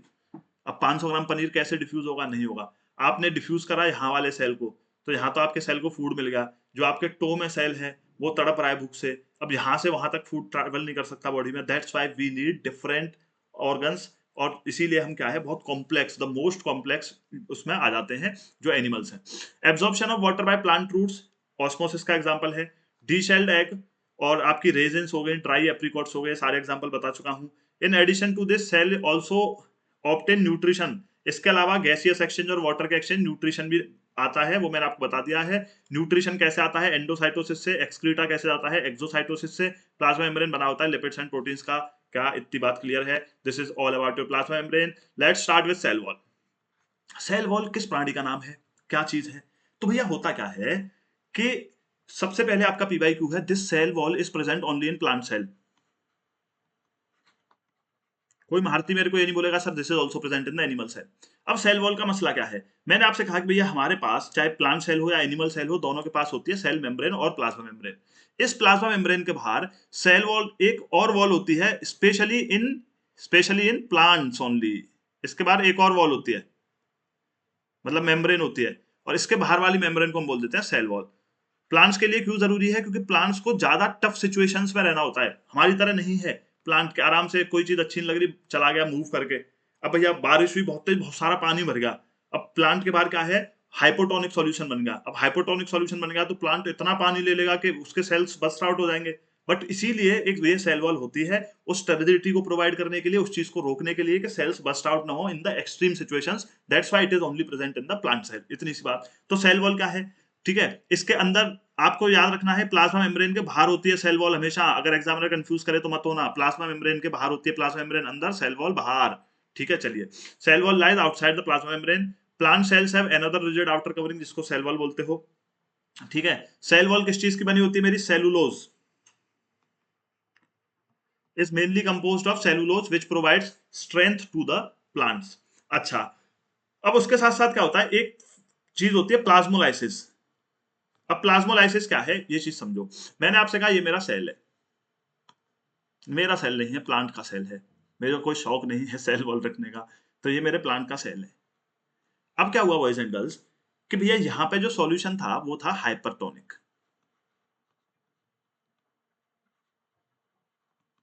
हाइपरटोनिक सॉल्यूशन था। तो हाइपरटोनिक सॉल्यूशन में क्या होगा कई बार कि भाई आपका जो वाटर है वो आउटसाइड मूव करेगा। अब जब सारा पानी आप हटा दोगे, आपका वाटर जो है काफी ज्यादा लूज कर देगा प्लांट आपका bye the process of transpiration, या एक्सट्रीम गर्मी रहती है, कुछ भी चीज रहती है। तो जो मेरे कंपोनेंट्स है ना सेल के, सेल क्या करेगा, सिंक करेगा। So these components will move away and towards the centre from the plasma membrane, वो सेंटर में आ जाएंगे। इसी प्रोसेस को मैं बोलता हूं प्लाज्मोलाइसिस। इसी को हम क्या बोलेंगे बॉयज एंड गर्ल्स, प्लाज्मोलाइसिस। यानी कि in a hypertonic solution when plant lose water, तो भैया the components of the cell move away from the plasma membrane और cell wall towards the centre, and this entire process known as plasmolysis. एक तो plasmolysis की situation बनती है इनके साथ। दूसरी क्या बनती है दूसरी क्या बनती है, अब मैंने कहा आपसे भैया यहाँ पे क्या है, हाइपोटोनिक सॉल्यूशन है। अब जब हाइपोटोनिक सॉल्यूशन है तो water will move inside, water काफी ज्यादा मूव करेगा। अब काफी ज्यादा मूव करेगा तो बहुत सारा वाटर ही वाटर होगा। अब जब ज्यादा वाटर हो जाएगा तो क्या करेगा, सेल जो है स्वेल करेगा, बट एक कैपेसिटी के बाद स्वेल तो नहीं कर सकता। तो this water will apply the pressure. भैया अब किसी भी चीज को आप एक पाइप में बहुत पानी भरते जाओ भरते जाओ भरते जाओ, तो वो क्या करेगा, वो भैया उसकी वॉल्स पे फोर्स लगाना शुरू कर देगा पानी। जो आपकी मेम्ब्रेन है, प्लाज्मा मेम्ब्रेन, उस पर फोर्स लगाना शुरू कर देगा। अब प्लाज्मा मेम्ब्रेन इतनी स्ट्रांग नहीं होती कि इक्वल एंड अपोजिट फोर्स लगा सके। तो इसीलिए क्या होता है, सेल वॉल होती है। सेल वॉल क्या करेगी, cell wall will apply the equal and opposite force to this water and the cell will not burst. तो आपसे कोई पूछेगा भैया सेल वॉल क्या करती है, सर सेल वॉल जो है वो क्या करती है, it will sir help the plant to provide rigidity and rigidity देती है मेरी क्या, सेल वॉल। और इसका काम क्या होता है, टू क्यों देती है, to withstand hypotonic solution. Hypotonic solution, ज्यादा बारिश हो गई, पानी भर गया, आप पाइप चला के भूल गए, है ना, हम भी तो कम नहीं है, हम पाइप चला के भूल गए, बेचारा प्लांट, अरे नहीं चाहिए था इतना पानी भाई, मेरे को क्यों दे रहे हो, पर हम तो भूल गए, अब क्या करे प्लांट, तो प्लांट को चाहिए cell wall. That's why cell wall provides stability and rigidity, and it helps the plant to withstand hypotonic solution. And one phenomenon is plasmolysis. So you have to remember these things. आएंगे जरा आगे, plasmolysis क्या है, when the living plant cell loses water through osmosis, there is a shrinkage or contraction of the contents of the cell away from the cell wall. This phenomenon is plasmolysis. Only living cells and not dead cells are able to absorb water by osmosis. Osmosis सिर्फ living cells करेंगे, ये चीज आप याद रखेंगे। उसके साथ साथ बात करते हैं आगे। Cell wall permits the cell of plant, fungi and bacteria to withstand very dilute यानी कि हाइपोटोनिक एक्सटर्नल मीडिया, कि भाई जो भी आपके प्लांट हो गए, फंगाई की जो सेल वॉल होती है वो याद रखेंगे काइटिन की बनी होती है, और बैक्टीरिया के पास भी सेल वॉल होती है, ठीक है, बैक्टीरिया के पास भी सेल वॉल होती है। तो इस चीज को याद रखेंगे। तो ये जो सेल वॉल होती है बैक्टीरिया की, इसीलिए हम क्या एंटीबायोटिक्स यूज करते हैं टू किल द बैक्टीरियाज। इनकी सेल वॉल को खत्म कर देता है वो, जो एंटीबायोटिक्स हम लेते हैं बैक्टीरिया की, और जब इनकी सेल वॉल खत्म होगी तो इनका पूरा सेल ही खत्म कर देते हैं, ठीक है। चलो अब क्या होता है, in such media the cells tend to take up water, भाई पानी आता रहेगा, by the osmosis cell swell करेगा, building up pressure against the wall pressure बनाएगा, ठीक है। The wall exert an equal pressure against the swallowing cell. Because of their walls, such cells withstand much greater changes in surrounding medium than animal cells. So cell wall is basically responsible for providing turgidity and rigidity. Third important component of my cell is nucleus, which is very important. अब क्या हुआ, मैंने आपको पहले ही बताया कि जब sales की स्टडी हो रही थी, तो जैसे आपने फॉर एग्जांपल आप बायो में सब प्रैक्टिकल करते थे, हम चीक सेल लेते थे अपना, चीक टिश्यू अंदर से ऐसे उससे फोर्सेप से, या फिर आप कहो कि आपने कोई ओनियन पील ले लिया, तो आप कभी भी क्या करोगे, उसको पहले हम स्टेन करते हैं, स्टेनिंग करते हैं हम अपनी बायो लैब में। और स्टेनिंग के लिए 3 केमिकल्स यूज होते हैं, इनका नाम याद रखना क्योंकि एग्जामिनर पूछने को कुछ भी पूछ सकता है। तो भैया एक आयोडीन यूज करता हूं मैं, दूसरा सेफ्रानिन यूज करता हूं, मैं नहीं, मेरी बायो वाली मैम करती होंगी, अभी मैं तो नहीं करता। फिर आपका मेथाइलिन ब्लू सॉल्यूशन। ये 3 सॉल्यूशन है जो मेरे किसके लिए यूज होते हैं, स्टेन करने के लिए यूज होते हैं, किसको, सेल्स को। तो ऑब्जर्व क्या करा गया, let me connect the charger please. चलिए, इसकी परफॉर्मेंस बढ़ गई, अपनी भी बढ़ाते हैं। अब क्या हुआ कि भैया जब इसको स्टेन करते थे तो हमने देखा कि सारे सेल में ना बीच में एक ऐसा अलग ही कलर का स्पॉट बन जाता था, डार्क स्पॉट।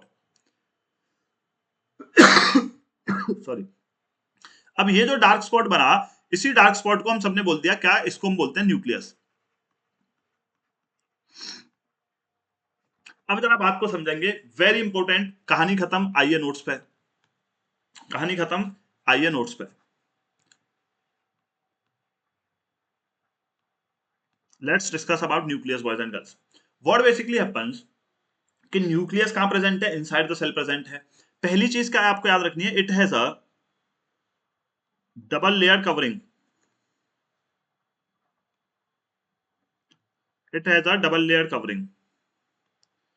मतलब जो भी, जैसे ये मेरा सेल है, इसके अंदर मान लिया ये मेरा न्यूक्लियस है, तो इसके ऊपर दो मेम्ब्रेन्स होती हैं, डबल लेयर होती है। एक एक मान लो ये, जैसे मैंने सिंगल लेयर बनाई, एक और लेयर बनाई, तो इस तरीके से दो लेयर आपको आपके न्यूक्लियस के ऊपर देखने को मिलेंगी। आपने कहा कोई दिक्कत नहीं सर। उसके साथ साथ जब हम आपके न्यूक्लियस की बात करते हैं कि डबल लेयर कवरिंग के अलावा अगर हम बात करें, तो भैया आपको याद रखना है कि इसमें से जो एक लेयर होती है मेरी outside layer, that is porous. अब वो पोरस क्यों है? पोरस क्यों है भैया? पोरस इसलिए है क्योंकि ये अलाउ करेगी कुछ मटेरियल्स इस न्यूक्लियस के अंदर से बाहर जाएं और कुछ मटेरियल बाहर से अंदर आए। ठीक है, इसीलिए आप याद रखेंगे कि इसकी जो लेयर थी वो मेरी पोरस होती है। आपने कहा कोई दिक्कत नहीं है, आपने कहा कोई दिक्कत नहीं है। अब भैया आप एक चीज याद रखेंगे, मेरे इसी न्यूक्लियस के अंदर एक चीज होती है, क्रोमोसोम। अब प्लीज ध्यान से समझ लेना, बहुत कॉम्प्लिकेटेड लगता है लोगों को ये टॉपिक, क्रोमोसोम्स। क्रोमोसोम्स होते हैं। अब क्रोमोसोम्स क्या होते हैं कि they are basically the rod like structures. इस तरीके से they are basically the rod like structures inside the nucleus. तो लिखते चलो आप याद रखने के लिए, और ऐसे रफ डायग्राम्स बनाना, जरूर बनाना। ये नहीं एकदम 3D डायग्राम देखूंगा मैं तो गूगल से डाउनलोड करके। भैया आपको यहाँ पे पीएचडी नहीं करानी, मेरे को आपका एग्जाम निकालना है कि आपको बहुत ज्यादा बेसिक से दिमाग में और सारे कॉन्सेप्ट समझ में आ जाए जो एग्जाम के रिलेवेंट है। तो ऐसा नहीं कि सर क्रोमोसोम का मैं बहुत खतरनाक डायग्राम देख लूंगा, नहीं दिखाना है मुझे, मैं हाथ जोड़ रहा हूँ, बिल्कुल कॉम्प्लेक्स डायग्राम। ठीक है, सबसे पहली चीज आपको समझनी है, sir they are rod like structures. जो जो चीज जरूरी होगी मैं एक एक पॉइंट आपको नोट डाउन करा रहा हूं, प्लीज रिमेंबर। इसके बाहर आपको कुछ भी दिमाग नहीं लगाना, रॉड लाइक स्ट्रक्चर्स हैं। आपने कहा ठीक है। उसके साथ साथ आपको क्या याद रखना है कि they are only visible when the cell is about to divide. यानी कि सेल डिवीजन के टाइम पे आपको ये दिखेंगे। आपने कहा सर सेल डिवीजन के टाइम पे दिखेंगे, कोई दिक्कत नहीं है। उससे पहले कहा जाएंगे सर? सर दिखेंगे सेल डिवीजन के टाइम पे, पर रहते तो होंगे। तो बिल्कुल रहते हैं। जो मेरा आपका डीएनए है, जो क्रोमोसोम्स हैं, जब आपका सेल डिवाइड होने वाला नहीं होता, that is basically present in the form of chromatin material. Chromatin material के फॉर्म में प्रेजेंट रहते हैं when my cell is not about to divide. अब सर ये क्रोमेटिन मटेरियल किस चिड़िया का नाम है? तो भैया क्रोमेटिन मटेरियल आप ऐसे समझ लो, just like this thread like structures, entangled thread like structures इस तरीके से प्रेजेंट रहेंगे, रॉड लाइक स्ट्रक्चर्स में नहीं रहेंगे। ठीक है, तो ये क्रोमेटिन मटेरियल की तरह रहते हैं। But as soon as the cell को इंफॉर्मेशन मिलती है कि it has to divide, so they organise themselves in the form of rod like structures.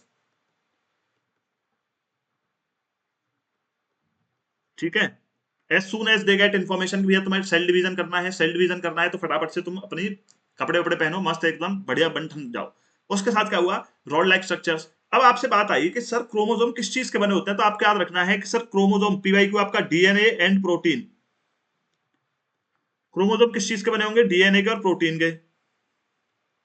क्या इतनी बात सबको क्लियर है? आइए जरा आगे। अब मैंने कहा कि क्रोमोसोम के अंदर क्या है, डीएनए है। तो भैया अब आ जाते हैं, बात कर लेते हैं डीएनए की। डीएनए, डीएनए किसको बोलता हूं मैं sir? Deoxyribonucleic acid. Deoxyribonucleic acid मेरा डीएनए है। क्या भैया, क्या सर इसका काम क्या होता है? तो it basically carries the information for inheritance, कि जब भी आपका सेल डिवीजन होगा, नया सेल बनेगा, उसको किस तरीके का सेल बनना है, ठीक है, किस तरीके का सेल बनना है, वो सारी इंफॉर्मेशन जो है वो डीएनए में होती है। यानी कि आपको क्या याद रखना है कि sir it carries information for inheritance. तो जब भी आपका सेल डिवाइड होगा, तो ये इंफॉर्मेशन कौन लेके जाएगा कि तुझे ब्लड सेल ही बनना है, इस शेप का बनना है, इस साइज का बनना है, वो डीएनए लेके जाएगा। और इस डीएनए के अंदर आपकी जीन्स होती हैं। और जीन्स क्या होती हैं? These are the functional segments of DNA. Genes are functional segment of DNA. कहने का मतलब क्या है, मोटा मोटी कहने का मतलब मेरा क्या है कि सर सबसे पहले होता है मेरा न्यूक्लियस। न्यूक्लियस के अंदर होते हैं जी मेरे chromosome. Chromosome and DNA are present in the form of a chromatin material when my cell is not dividing, but as soon as the cell get information to divide, chromosomes जो है होते हैं उनके अंदर क्या होता है भैया, दे कंटेन डीएनए। डीएनए के अंदर क्या होता है, जीन्स होती है। यही चार्ट आपको समझना है, वरना आप बहुत कंफ्यूज रहते हो, पढ़ते पढ़ते रटते रटते चीजों को थक जाते हो। मैंने बहुत सिंपल वर्ड्स में बता दिया। न्यूक्लियस होता है, न्यूक्लियस के अंदर भैया मेरे क्रोमोसोम्स होते हैं, and chromosome and DNA are basically present in the form of chromatin material when the cell is not about to divide, but as soon as it gets the information to divide, they organize themselves in the form of rod-like structures, and these chromosomes has DNA which carries information for the inheritance। और इस DNA की functional segment जो है वो jeans है। Nucleus के अंदर chromosome, chromosome के अंदर डीएनए, डीएनए के अंदर जीन्स। इतनी सी बात खत्म। ये चीज जरूर याद रखना, भूलना मत। अब जरा बात को चलते हैं आगे कि डीएनए का काम क्या है। मैंने बता दिया कि ये इंफॉर्मेशन ले जाएगी इनहेरिटेंस के लिए। एक्सटर्नल एनवायरनमेंट के साथ सेल कोप अप कैसे करना है, किस तरीके का सेल बनना है, उसको क्या चीजें रहनी है, ये सारी चीज बताएगी। अब उसी के साथ साथ बेस्ड ऑन दिस न्यूक्लियर मेरे दो डिविजन्स बनते हैं। बेस्ड ऑन दिस न्यूक्लियस मेरे दो डिविजन्स बनते हैं। कैसे डिवीजन बनते हैं, एक होता है जी मेरा यूकैरियोट्स,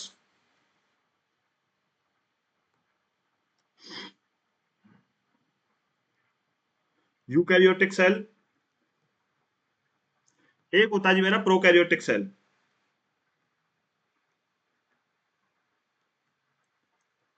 अब ये क्या है, ये क्या है, तो भैया आपको याद रखना है, याद रखने का तरीका है, ये प्रो है। ठीक है, प्रो कौन होते हैं, प्रो कौन होते हैं जिन्हें सब चीज पता होती है। तो यहाँ पे हम रिवर्स कर देंगे, यहाँ पे प्रो वो है जिसे कुछ नहीं पता, और आजकल वैसे ही प्रो वर्ड तो नेगेटिव ही है कि ये प्रो है किसी भी चीज में हो। अब जरा बात करेंगे कि प्रोकैरियोटिक के साथ क्या होगा कि sir these are the organisms.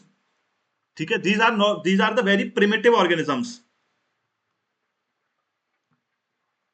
Bacteria bacteria ये सब हो गए आपके प्रिमिटिव ऑर्गेनिज्म होते हैं। सर प्रोकैरियोटिक में बोलूंगा किसको, दीज आर दोज एनिमल्स जिनके सेल के अंदर जो आपका न्यूक्लियस होता है उसके ऊपर क्या है, मेम्ब्रेन नहीं होती। यानी कि ये जैसे मेरा सेल है, अब सेल में मैंने आपको ऊपर क्या बोला था कि भाई हमारे पास मेम्ब्रेन है, और इसी मेम्ब्रेन की वजह से वेल डिफाइंड न्यूक्लियर रीजन बनता है। इसी मेम्ब्रेन की वजह से बॉयज एंड गर्ल्स मेरा क्या बनेगा sir, well defined nuclear region.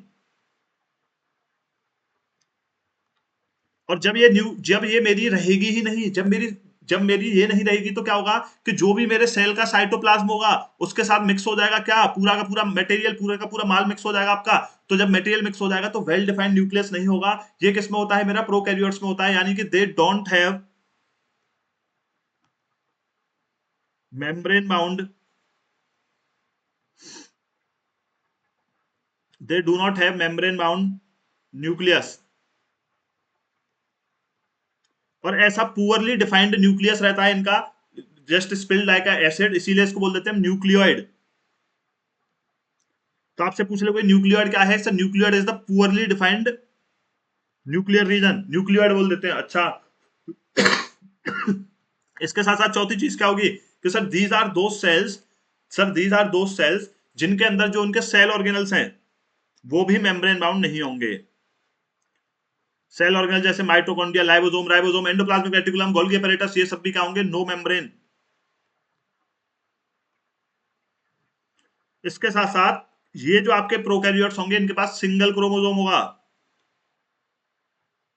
Single chromosome. Eukaryotes में क्या होगा सर, यूकैरियोटिक सेल के जितने भी मेरे ऑर्गेनिजम्स हैं, जस्ट सेकंड, जो भी मेरे यूकैरियोटिक सेल के जितने भी ऑर्गेनिजम्स हैं सर, सबसे पहली चीज तो ये होगी कि दे आर कॉम्प्लेक्स। दूसरी चीज होगी कि सर ये इनके पास मेम्ब्रेन बाउंड दोनों चीज होंगी, आपका न्यूक्लियस भी मेम्ब्रेन बाउंड होगा। दूसरा होगा भैया इनके पास क्या, सर इनके सेल ऑर्गेनल जो है they are will also be membrane bound. तीसरी चीज क्या होगी भैया, 1+ क्रोमोसोम्स आपको इनके पास देखने को मिलेंगे। इतनी बात यूकैरियोट्स और प्रोकैरियोट्स में आपको याद रखनी है। इसी के साथ एक और कॉम्प्लेक्स टॉपिक हमारा न्यूक्लियस भी खत्म होता है। तालियां बजती रहनी चाहिए। चलिए जरा आगे चलते हैं। तो आइए मेरे फौजियों, nucleus has a double layered covering, जिसको आप न्यूक्लियर मेम्ब्रेन बोलते हो। न्यूक्लियर मेम्ब्रेन में क्या होता है, पोर्स होता है। पोर्स क्यों होता है, जिससे कि कुछ मटेरियल अंदर आ सके और कुछ मटेरियल बाहर जा सके, किसमें, साइटोप्लाज्म में। अगली चीज क्या है, nucleus contain chromosomes, nucleus contain chromosome which are visible as rod shaped structure only when the cell is about to divide. फिर क्या है, chromosome contain information for inheritance of character in the form of DNA. भैया chromosome के अंदर DNA है, DNA के पास information होती है कि किस तरीके का सेल बनना है आगे, और डीएनए का है डीऑक्सीराइबोन्यूक्लिक एसिड है। क्रोमोसोम किससे बने होते हैं, डीएनए और प्रोटीन से बने होते हैं। डीएनए मॉलिक्यूल्स पे क्या होता है, इन्फॉर्मेशन रहती है for constructing and organising the new cell, जब आपका सेल डिवीजन होगा किस तरीके का सेल बनना है। और डीएनए के फंक्शनल सेगमेंट्स मेरे क्या होते हैं, जीन्स होते हैं। आप इस तरीके से देख सकते हो, ये आपका न्यूक्लियस है, न्यूक्लियस के बाद आपके एंडोप्लाज्मिक रेटिकुलम में शीट लाइक स्ट्रक्चर्स होते हैं, अगला वही पढ़ाने वाला हूं। उसके साथ साथ ये क्रोमेटिन मटेरियल देख रहे हो आप, rod like structures, these things, ठीक है, ये आपका क्रोमेटिन मटेरियल है पूरा। अच्छा, चलिए जरा आगे बढ़ते हैं। ये आपके न्यूक्लियर के पोर्स है, मैंने बोला कि मेम्ब्रेन पोरस होती है। चलो आगे चलते हैं। अब बात करेंगे, in a cell which is not dividing the DNA is present as part of chromatin material. Chromatin material is visible as entangled mass of thread like structures, बता दिया है मैंने। जैसे ही सेल डिवाइड होने वाला होगा तो क्रोमेटिन मटेरियल क्या बना लेता है, क्रोमोसोम बना लेता है। Nucleus plays a central role in cellular reproduction, क्यों, क्योंकि डीएनए है इस पर। Process by which a single cell divides and forms two cells. It also plays a crucial part along with the environment in determining the way the cell will develop and what form it will exhibit eight maturity, भाई environment के साथ कैसे रहेगा वो, ठीक है, और किस तरीके का उसे सेल बनना है आगे चल करके, ये सब न्यूक्लियस डिसाइड करेगा। कुछ ऑर्गेनिज्म होते हैं जैसे आपका बैक्टीरिया है, इनका न्यूक्लियर रीजन जो है वो पुअरली डिफाइंड होता है due to absence of nuclear membrane. Such an undefined nuclear region containing only nucleic acids is called nucleoid, बता दिया, और इनको हम बोल देते हैं प्रोकैरियोट्स, ठीक है। आइए, ऑर्गेनिजम्स जिनके पास सेल में जो न्यूक्लियर मेम्ब्रेन होती है वो मेरे यूकैरियोट्स हैं। जो प्रोकैरियोटिक सेल होते हैं उनके पास क्या है, बाकी के जो साइटोप्लाज्मिक ऑर्गेनल्स हैं उनके, माइटोकॉन्ड्रिया जो आपका लाइसोसोम हो गया, एंडोप्लाज्मिक रेटिकुलम है, गोल्गी अपैरेटस है, ये सब भी इनके मेम्ब्रेन बाउंड आपको देखने को नहीं मिलेंगे प्रोकैरियोटिक सेल्स में। अब जरा आइए आगे चलते हैं। क्लोरो, ये आपका पीवाईक्यू है, मैंने डाल दिया है भैया, प्लीज याद रख लेना। मैंने आपको बता दिया है बैक्टीरिया के पास वेल डिफाइंड न्यूक्लियस रीजन तो नहीं होता, तो जो क्लोरोफिल है, अब वेल डिफाइंड न्यूक्लियर रीजन नहीं है तो इनके सेल ऑर्गेनल्स भी मेम्ब्रेन बाउंड नहीं होते, तो उतने एडवांस नहीं होंगे, तो इनके पास क्या है, प्लास्टिड्स नहीं होते। Plastid is a cell organelle जिसके अंदर आपकी क्लोरोफिल देखने को मिलेगी, क्लोरोप्लास्ट, क्रोमोप्लास्ट, तो उस क्लोरोफिल से फोटोसिंथेसिस होता है। अब इनके पास प्लास्टिड है नहीं, बट बैक्टीरिया को फोटोसिंथेसिस तो करता है। तो एग्जामिनर ने एक बार पूछ लिया था कि फिर बैक्टीरिया फोटोसिंथेसिस कैसे करता है, तो जो बैक्टीरिया का फोटोसिंथेसिस है that is associated with membranes vesicles, bag like structures, it is associated with membranes vesicles, ये पीवाई था आपका। अब वायरसेस के साथ क्या होता है, वायरसेस के पास कोई मेम्ब्रेन नहीं होती, तो कोई मेम्ब्रेन नहीं होती तो वो एकदम अजीब की तरह रहते हैं कि हाँ उनके पास लाइफ ही नहीं है, और जैसे ही वो आपकी बॉडी के अंदर घुसेंगे तो आप ही के बॉडी के सोर्स को यूज करके वो डुप्लीकेट होते हैं। अब इसीलिए वायरस की जितनी भी डिजीज है आपकी, कैंसर वगैरह, ये सब होंगे बहुत डेंजरस है। बैक्टीरिया के पास क्या है, सेल वॉल होती है, हम फेंक के मारते हैं एंटीबायोटिक्स, फेंक के मारते हैं एंटीबायोटिक, उसकी सेल वॉल टूट जाती है, सेल वॉल टूट जाती है, बेचारा मर जाता है। और वायरस के साथ क्या है, उसके पास खुद की मेम्ब्रेन नहीं है, कुछ खुद की मेम्ब्रेन नहीं है, वो कहता है कि मैं एग्जिस्ट ही नहीं करता, मैं एक डेड हूँ, ठीक है। और जैसे आपकी बॉडी के अंदर जाएगा तो आपकी बॉडी के मैकेनिज्म को यूज करेगा वो डुप्लीकेट करने के लिए। अब आप अपनी बॉडी के मैकेनिज्म को दवाई से मार दोगे तो आप तो वैसे ही मर गए, तो that's why viral disease are very dangerous. तो प्रोकैरियोटिक और यूकैरियोटिक में इनका जो साइज है जनरली स्मॉल होगा, प्रोकैरियोट्स का साइज बड़ा होता है, यूकैरियोट्स का। Nuclear region is poorly defined and is known as nucleoid. Nuclear region well defined and surrounded by nuclear membrane, single chromosome, more than one chromosome. Membrane bound cell organelles यहाँ देखने को नहीं मिलेंगे, यहाँ देखने को मिलेंगे। चलिए अब बात करेंगे साइटोप्लाज्म की। साइटोप्लाज्म इज वेरी इजी कि भाई जैसे क्या है, for example this is my plasma membrane, this is my plasma membrane, आपने कहा कोई दिक्कत नहीं सर। फिर मैंने आपसे कहा ये तो भैया हमारी होगी प्लाज्मा मेम्ब्रेन, इसके अंदर क्या है, मेरे सारे ऑर्गेनल्स हैं, मेरे सेल ऑर्गेनल्स हैं, तो जितना भी लिक्विड प्रेजेंट रहता है between this cell organelles inside this plasma membrane and between this cell organelles, जितना भी लिक्विड है ये, जितना भी लिक्विड है, मतलब ये मान लो कि पूरा एक जेली लाइक स्ट्रक्चर भरा हुआ है सेल के अंदर, आप सिंपल समझो, जेली लाइक स्ट्रक्चर भरा हुआ है पूरा, और उसी में एम्बेडेड है आपके कुछ माइटोकॉन्ड्रिया, लाइसोसोम, राइबोसोम, ये सब चीजें, ठीक है। तो ये पूरा liquid content of the cell है, उसको हम साइटोप्लाज्म बोल देते हैं। अच्छा, साइटोप्लाज्म का काम क्या है, इसमें काफी सारे अमीनो एसिड्स, विटामिन, ग्लूकोज आपको स्टोर होते हुए दिखेंगे। उसके साथ साथ एक इंपॉर्टेंट चीज क्या रखनी है कि भाई जो एनिमल सेल होते हैं, एनिमल सेल का cytoplasm is more dense as compare to plant cell, ज्यादा डेंस होता है। क्यों होता है, क्योंकि प्लांट्स के सेल में क्या होता है ना, एक वैक्यूल होता है जो आपके सेल का 50 से 90% हिस्सा फूड वैक्यूल जो है, क्योंकि प्लांट्स को फूड स्टोर करके रखना पड़ता है बुरे वक्त में, क्या पता कितने दिन सनलाइट ना आए, बेचारा फोटोसिंथेसिस ना कर पाए, तो उन्हें स्टोरेज चाहिए। क्या आपको स्टोरेज चाहिए? नहीं चाहिए। जब आपका मन करेगा आप पक्के जाओगे, एक मटर पनीर और एक दाल फ्राई लगा दो, ठीक है। तो ऐसा चीज होगी, तो उन्हें एनिमल्स को बहुत ज्यादा नीड नहीं रहती फूड स्टोर करने की, बिकॉज फूड एसेसिबल रहता है उनके पास। बट प्लांट्स को क्या पता कितने दिन की क्या चीज चल रही है, नेचुरल फिनोमेना पे पूरा डिपेंडेंट है मामला। तो इसीलिए क्या होता है, उनके पास फूड वैक्यूल होता है जिसमें वो फूड स्टोर करते हैं। अब जब ये फूड वैक्यूल होगा तो क्या होगा, साइटोप्लाज्म इनका डेंस नहीं होगा। रिमेंबर, बहुत ज्यादा स्पेस फूड वैक्यूल ही घेर लेता है, तो साइटोप्लाज्म इन्हें डेंस की जरूरत नहीं होती। तो साइटोप्लाज्म क्या है, फ्लूइड कंटेंट है inside the plasma membrane. It also contains many specialised cell organelles. Chemical reaction of the cell, वो साइटोप्लाज्म में आपके सारे केमिकल रिएक्शंस होते हैं। अमीनो एसिड्स, ग्लूकोज, विटामिन वगैरह भी साइटोप्लाज्म में रहेंगे। Cytoplasm of animal cell is more dense than the plant cell. In plant cell cytoplasm is pushed apart due to presence of central food vacuole. ठीक है, जो food vacuole है बहुत बड़ा होता है। ये आपकी बात रही आपके यहां तक की। अब उसके बाद हम बात करेंगे सेल ऑर्गेनल्स की। What are these cell organelles sir? These cell organelles are basically, जैसे अब तक मैंने बात करी आपसे, मेरा एक प्लाज्मा मेम्ब्रेन, प्लांट सेल हुआ, तो इसके बाहर एक सेल मेम्ब्रेन, ये मेरी प्लाज्मा मेम्ब्रेन। इसके बाद मैंने कहा कि ये आपका ये पूरा क्या है, फ्लूइड है। उस फ्लूइड को मैंने बोल दिया साइटोप्लाज्म। आपने कहा सर बहुत बढ़िया। फिर मैंने आपको पढ़ा दिया कि एक भैया क्या होता है, इसी के अंदर हमारा क्या होता है, न्यूक्लियस होता है। आपने कहा कोई दिक्कत नहीं सर, ये आपका न्यूक्लियस हो गया। अब इस न्यूक्लियस के बाद बहुत सारे, जैसे आपके इसके बाहर आपको एंडोप्लाज्मिक रेटिकुलम देखने को मिलेगा, उसके बाद गोल्गी एपेरेटस देखने को मिलेगा, फिर एक आपको माइटोकॉन्ड्रिया देखने को मिलता है, फिर एक लाइसोसोम्स देखने को मिलेंगे आपको। ठीक है, लाइसोसोम्स, राइबोसोम्स आपको इन्हीं के ऊपर देखने को मिलेंगे। ठीक है, तो ये जो सारी चीजें, ये जो सारी भसड़ फैली हुई है सेल के अंदर, ये पूरी भसड़ को मैं बोल देता हूं cell organelle. These are known as cell organelles. So one by one we are going to discuss about the cell organelles. कौन कौन से सेल ऑर्गेनल्स जो इंपॉर्टेंट है, किस किस चीज की क्या क्या जरूरत है, वो चीज की हम बात करेंगे। आइए जरा, अब सबसे पहले हम बात करेंगे एंडोप्लाज्मिक रेटिकुलम की। Firstly we are going to talk about endoplasmic reticulum. कहानी खत्म, आ जाइए जरा, नोट्स बनाइए। एंडोप्लाज्मिक रेटिकुलम, जिसको मैं शॉर्ट में ईआर भी बोल देता हूं, क्या है? These are basically the tubes and sheet like structure. Tubes and sheets which are present outside the nucleus. कि भैया इस तरीके के शीट की फॉर्म में आपके ये प्रेजेंट रहेंगे। ठीक है, शीट की फॉर्म में प्रेजेंट रहेंगे। कहां पे प्रेजेंट रहेंगे? न्यूक्लियस के बाहर। अगर ये मेरा न्यूक्लियस है तो इसके बाहर प्रेजेंट रहेंगे। अच्छा, तो न्यूक्लियस में जो भी चीजें एंट्री और एग्जिट होती है साइटोप्लाज्म में, वो इसी के थ्रू होती है। ये चीज आप याद रखेंगे। इसके अलावा जरा बात करते हैं आगे। मेरे का है इसकी मेम्ब्रेन होगी। ठीक है, and their membrane is pretty much similar to the membrane of plasma. ठीक है, प्लाज्मा मेम्ब्रेन की तरह इनकी मेम्ब्रेन होती है। क्यों प्लाज्मा मेम्ब्रेन की तरह होती है अभी बताता हूं। मेम्ब्रेन बायोजेनेसिस पढ़ाऊंगा मैं इसी में आपको। प्लाज्मा मेम्ब्रेन जैसी मेम्ब्रेन होगी। तीसरी चीज आपको याद रखनी है, ERR basically divided into two types. एक होता है जी मेरा स्मूथ एंडोप्लाज्मिक रेटिकुलम, एक होता है मेरा रफ एंडोप्लाज्मिक रेटिकुलम।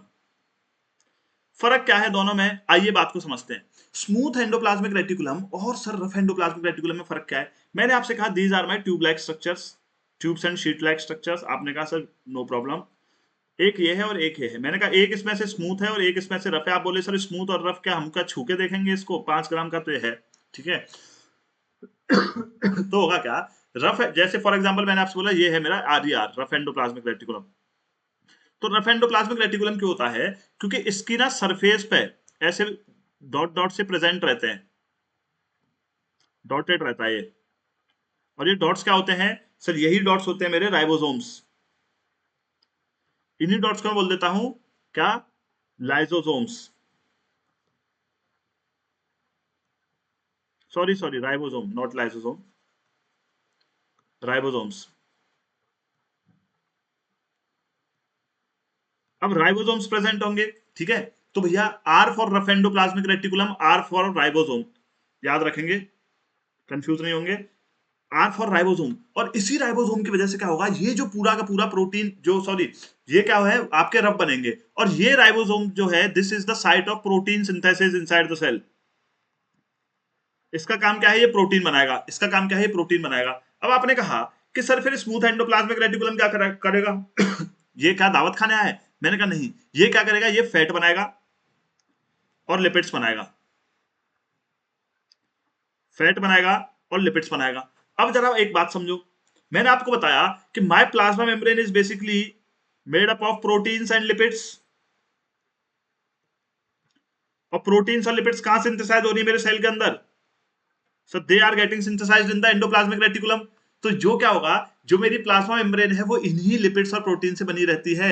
और इसी प्रोसेस को मैं बोल देता हूं कि some of these lipids and proteins are used in the synthesis of plasma membrane and the entire process is known as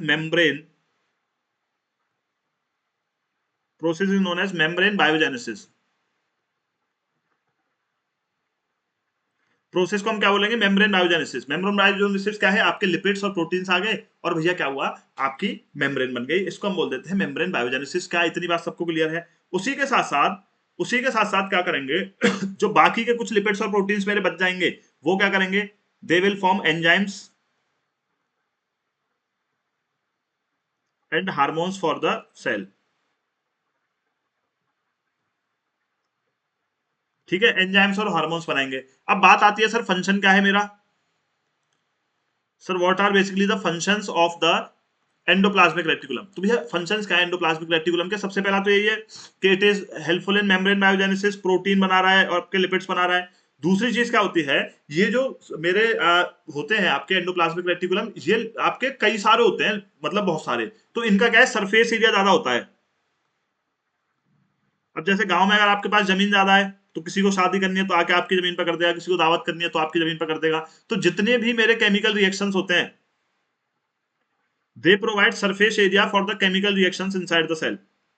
आओ, ठीक है, आओ आराम से, मेरे पास बहुत जमीन है, आराम से आओ, केमिकल रिएक्शन करो, किसी भी प्रकार का कोई दिक्कत नहीं है. हमने कहा ठीक है, हमने कहा ठीक है. उसके साथ साथ ये जो लिपिड्स और प्रोटीन्स बनाएंगे, ये लिपिड्स और प्रोटीन्स पूरा का पूरा मेरा सेल यूज करेगा for making enzymes and hormones. ये मैं ऑलरेडी चीज आपको बता चुका हूं. इसके साथ साथ क्या होगा कि कुछ केसेस में आपके वर्टिब्रेट्स होते हैं, वर्टिब्रेट जिनके पास बैकबोन है. अब जो वर्टिब्रेट्स होते हैं ना, उनके पास लिवर होता है. तो जब वर्टिब्रेट्स में लिवर होता है तो भैया आप याद रखेंगे, ये आपका पीवाईक्यू नहीं है बट क्वेश्चन बन सकता है. प्लीज रिमेंबर, जो liver cells in the vertebrates, जो इसका एंडोप्लाज्मिक रेटिकुलम है, it also helps in detoxification. आपने सुना होगा liver is the organ in our body which can detoxify itself. तो वो डिटॉक्सिफिकेशन किसकी वजह से होता है? ईआर की वजह से होता है. And this is all about your endoplasmic reticulum. आइए फटाफट से अब थोड़ा देख लेते हैं चीजों को. देखो, मैंने आपको समझाया ये मेरा न्यूक्लियस है. कलर चेंज करते हैं. ये मेरा न्यूक्लियस है. मैंने बोला इस न्यूक्लियस के बाहर इस तरीके से ये प्रेजेंट रहते हैं. ठीक है, एंडोप्लाज्मिक रेटिकुलम. आपने कहा कोई दिक्कत नहीं है sir, in the form of sheets. ये आपके रफ एंडोप्लाज्मिक रेटिकुलम पे क्या है? ये डॉट देख रहे हो आप, ये डॉटेड है क्योंकि राइबोसोम है, राइबोसोम प्रोटीन बनाएगा. और स्मूथ एंडोप्लाज्मिक रेटिकुलम पे आपको डॉट्स देखने को नहीं मिलेंगे जैसे ये वाले हैं. ये स्मूथ एंडोप्लाज्मिक रेटिकुलम है. तो आइए, endoplasmic reticulum large network of membrane bound tubes and sheets. ER membrane is similar to plasma membrane क्योंकि लिपिड्स और प्रोटीन से ही बन रही है. There are two type of ER, rough and smooth. Rough क्यों है? राइबोसोम्स की वजह से है. डॉटेड रहता है क्योंकि साइट ऑफ प्रोटीन सिंथेसिस है राइबोसोम. जो प्रोटीन्स बनती हैं वो काफी सारे अलग अलग जगह भेज दी जाती हैं पूरे सेल में डिपेंडिंग ऑन देयर यूज. उसके साथ साथ जो एसईआर होता है वो बनाता है फैट मॉलिक्यूल्स और लिपिड्स. और कुछ प्रोटीन्स और लिपिड्स यूज कर लिए जाते हैं सेल मेम्ब्रेन यानी प्लाज्मा मेम्ब्रेन बनाने में. इसको बोलते हैं हम मेम्ब्रेन बायोजेनेसिस. उसी के साथ साथ होता क्या है? Some other proteins and lipids वो आपके एंजाइम्स और हार्मोन्स बनाएंगे. Thus one function of ER is to serve as channels for transport of material. अब just because ये न्यूक्लियस के बाहर है तो न्यूक्लियस में जितनी भी चीजें बनेंगी तो न्यूक्लियस को अगर वो साइटोप्लाज्म से शेयर करनी है तो भैया ये ट्रांसपोर्ट होंगी किसके थ्रू? ईआर के थ्रू होंगी. ऑलरेडी बता चुका हूं. उसके साथ साथ ईआर आल्सो फंक्शन है cytoplasmic framework providing a surface for various chemical reactions inside the cell. In the liver cell of vertebrates SER क्या करता है? डिटॉक्सिफाई करता है पॉइजन्स को और ड्रग्स को. इतनी चीज आप याद रखेंगे. इसके बाद आते हैं गोल्गी अपैरेटस. गोल्गी अपैरेटस जो है, this is basically arranged parallelly to each other. और पैरेलली जो अरेंजमेंट है इसी की वजह से इसको हम बोल देते हैं cistern. In the form of parallel stacks, that's why it is also known as cistern. याद रखना.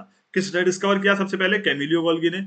ठीक है, क्या है ये? मेम्ब्रेन बाउंड वेसिकल्स है. मैंने तो ऑलरेडी बता दिया था कि प्रोकैरियोट जो यूकैरियोट्स हैं उनमें सब कुछ मेम्ब्रेन बाउंड होगा.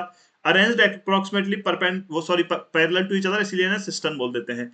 These membranes often have connections with the membranes of ER. ER से जुड़े रहते हैं ये. और इसीलिए जो ER के जो भी मटेरियल, अब जैसे न्यूक्लियस था, न्यूक्लियस के बाहर कौन था? एंडोप्लाज्मिक रेटिकुलम था। न्यूक्लियस से कुछ भी आ रहा था उसके थ्रू आ रहा है। इनके बाहर कौन है? गोल्गी अपैरेटस है। तो जो भी चैनल ऑफ ट्रांसपोर्ट बनते हैं किसके बीच में? ईआर के बीच में और साइटोप्लाज्म के बीच में, ऐसे याद रखना। The material synthesized near the ER is packaged and dispatched to various places by the Golgi apparatus. Its function include storage, modification and packaging. सबसे इंपॉर्टेंट फंक्शन इसका क्या है कि ये कॉम्प्लेक्स शुगर को सिंपल शुगर में कन्वर्ट करता है। और दूसरा, ये बनाता है आपके लाइसोसोम, राइबोसोम्स नहीं, lysosomes. And lysosomes are very very essential for cleaning of your cell and also known as suicide bag of the cell. Suicide bag of cell, उसी की बात कर रहा हूं मैं अगली स्लाइड में। तो अगर आपसे एग्जाम मतलब पूछ ले, अगर आपसे पूछ ले कि भैया क्या जुगाड़ है, तो आप बताओगे सर एक तो कॉम्प्लेक्स शुगर को, जो complex sugar may be made simple sugar से कॉम्प्लेक्स शुगर बनाता है ये। दूसरा क्या करता है? लाइसोसोम बनाता है। कौन? Golgi apparatus. लाइसोसोम क्या करते हैं? लाइसोसोम के साथ क्या सिचुएशन होती है? Lysosome basically contains digestive enzymes, digestive enzymes.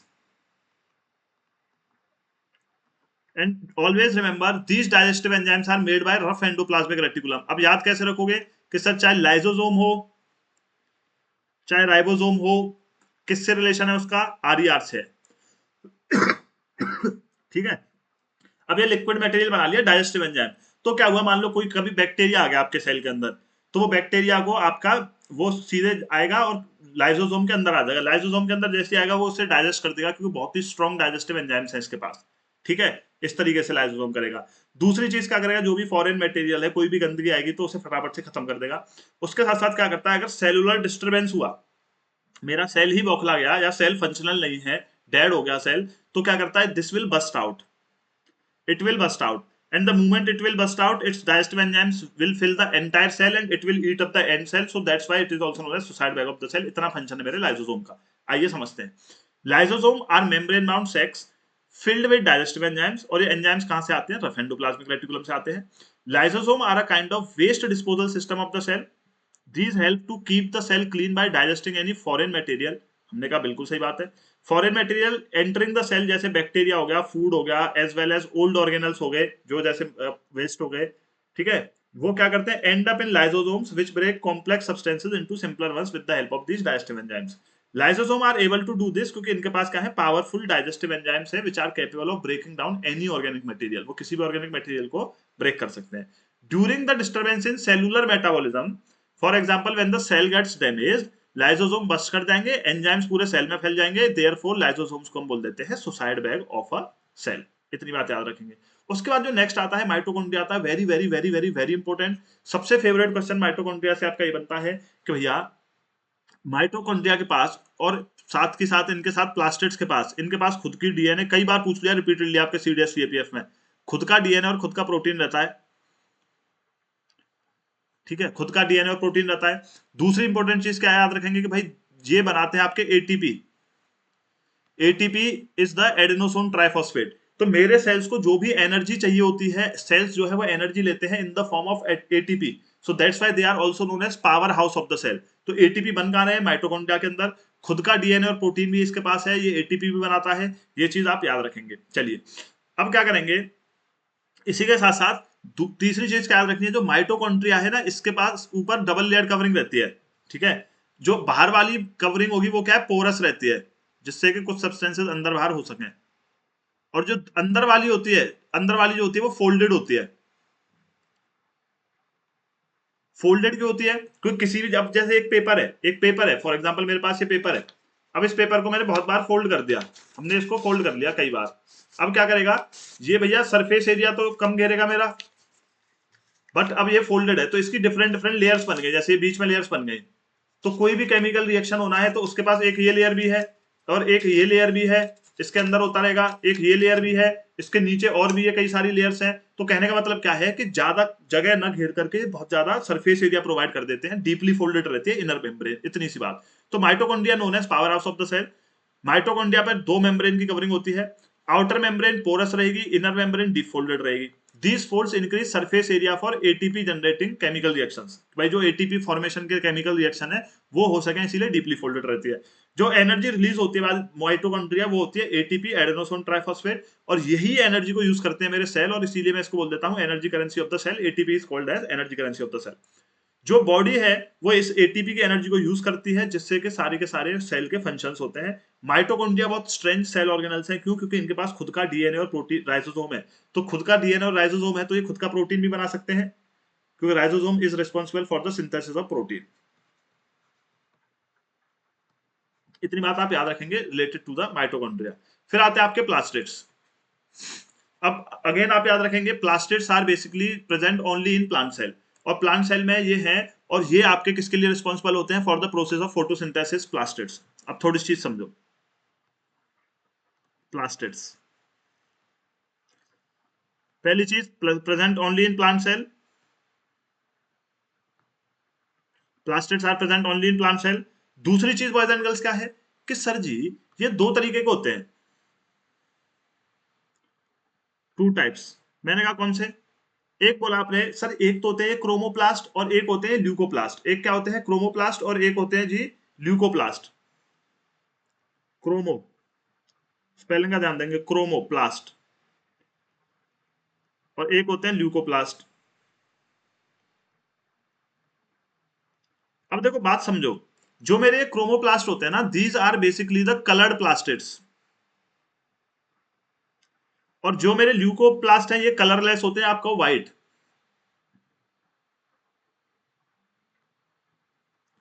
तो काफी ज्यादा ऑरेंज और इस तरीके का कलर, येलो कलर और ऑरेंज कलर आपको क्रोमोप्लास्ट के पास देखने को मिलेगा। आपने कहा कोई दिक्कत नहीं। तीसरी चीज मैं आपको समझाऊं कि भैया मेरे फोटोसिंथेसिस के लिए कौन रेस्पॉन्सिबल है? आपने कहा सर क्लोरोफिल। क्लोरोफिल। अब बात को समझेंगे, those chromoplast, chromoplast plus chlorophyll, ऐसे मेरे क्रोमोप्लास्ट जिनके पास क्लोरोफिल होती है, ऐसे क्रोमोप्लास्ट जिनके पास क्या है? क्लोरोफिल है, उनको बोलते हैं हम क्लोरोप्लास्ट। उनको क्या बोलोगे? क्लोरोप्लास्ट। और these chloroplast are basically responsible, क्योंकि इनके पास क्लोरोफिल है। तो फाइनली कौन से प्लास्टिड्स? आपसे पूछ ले which one of the following plastids are responsible for the photosynthesis in the plant? Chloroplast, chromoplast, leucoplast, etcetera etcetera. तो आप बोलोगे कि भैया chloroplast are responsible for the photosynthesis. याद रखने का तरीका सिंपल है, क्लोरोफिल में, ठीक है, क्लोरो, ठीक है, क्लोरोफिल में भी क्लोरो आ रहा है आपका, और भैया क्लोरो इसमें भी आएगा। बस ये क्रोमोप्लास्ट जो ऐसे होंगे इसलिए प्लास्ट जुड़ गया है। तो chloroplast are responsible for these things. Leucocytes क्या होते हैं भैया? ये क्या करते हैं? ये स्टोरेज का काम करेंगे, ल्यूकोप्लास्ट ज्यादातर है और कुछ नहीं करेंगे। चलिए, these are two type of plastids, there are two type of plastids। पहला है क्रोमोप्लास्ट, दूसरा ल्यूकोप्लास्ट। ल्यूकोप्लास्ट कलरलेस है, ये कलर्ड है। Chromoplast containing chlorophyll are known as chloroplast। chloroplasts are important for photosynthesis। chloroplast also contain various orange और yellow pigments, जो मैंने बता दिया, in addition to chlorophyll। Leucoplast are primary organelles at which material such as starch, oil and protein. Starch हो गया, oil हो गया, protein हो गया, इस तरीके की चीजें स्टोर करने के काम में आएंगे। The internal organisation of chloroplast consist of numerous membrane layers embedded in a material called stroma। तो आपसे पूछ लोगे स्ट्रोमा क्या है? It is a jelly like substance, jelly like substance जिसमें क्या है? क्लोरोप्लास्ट जो है वो एम्बेडेड रहते हैं। ये आपको याद रखना है स्ट्रोमा। जैसे ये देख रहे हो स्ट्रोमा है आपका, और इसी स्ट्रोमा में ये जेली लाइक सब्सटेंस है, ये सारे आपके क्लोरोप्लास्ट है, ठीक है। These are similar to mitochondria. क्यों? मैंने ऑलरेडी बता दिया, इनके पास भी डीएनए और राइबोसोम होता है, यानी कि they can also synthesise their own protein. उसके बाद बात करेंगे वैक्यूल्स की। Vacuoles is very very easy. Vacuoles basically क्या है? ये आपके स्टोरेज का काम करते हैं, कि ऐसे भैया ये मेरे सेल ऑर्गेनल है, चाहे प्लांट में हो एनिमल में हो, ये स्टोरेज का काम करते हैं। उसके साथ साथ क्या है कि भैया स्मॉल होते हैं ये एनिमल सेल में, और लार्ज होंगे आपके प्लांट सेल में। और प्लांट सेल में ये लार्ज होते हैं इसीलिए, क्यों? क्योंकि प्लांट सेल को ये भी along with the cell wall बाहर से, ये अंदर से टर्जिडिटी देते हैं और रिजिड बनाते हैं सेल को। आप याद रखेंगे भाई 50 से 90% सेल के अंदर प्लांट में, क्योंकि स्टोरेज ज्यादा चाहिए उन्हें हर चीज की, प्रेजेंट रहता है आपका क्या? वैक्यूल प्रेजेंट रहता है। चलिए, अच्छा, आइए, vacuoles are storage sacs for solid and liquid contents. Vacuoles are small sized in animal, plant में जो है लार्ज होते हैं। सेंट्रल वैक्यूल जो होता है वो 50 से 90% सेल वॉल्यूम ऑक्यूपाई करता है। Plant cells vacuoles are full of cell sap and provide turgidity and rigidity through the cell. They include amino acids, sugar, various organic acids and some protein. जो भी आपके प्लांट का होगा वो storage रखता है इन सब चीजों का।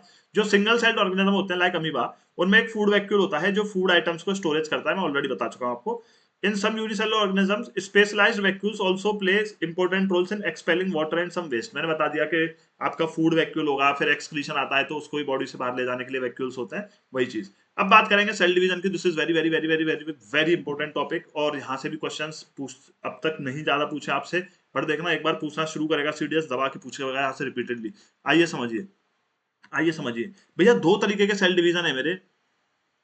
एक होता है आपका मेटोसिस, और दूसरा होता है मेरा मेयोसिस। मिटोसिस और मेयोसिस।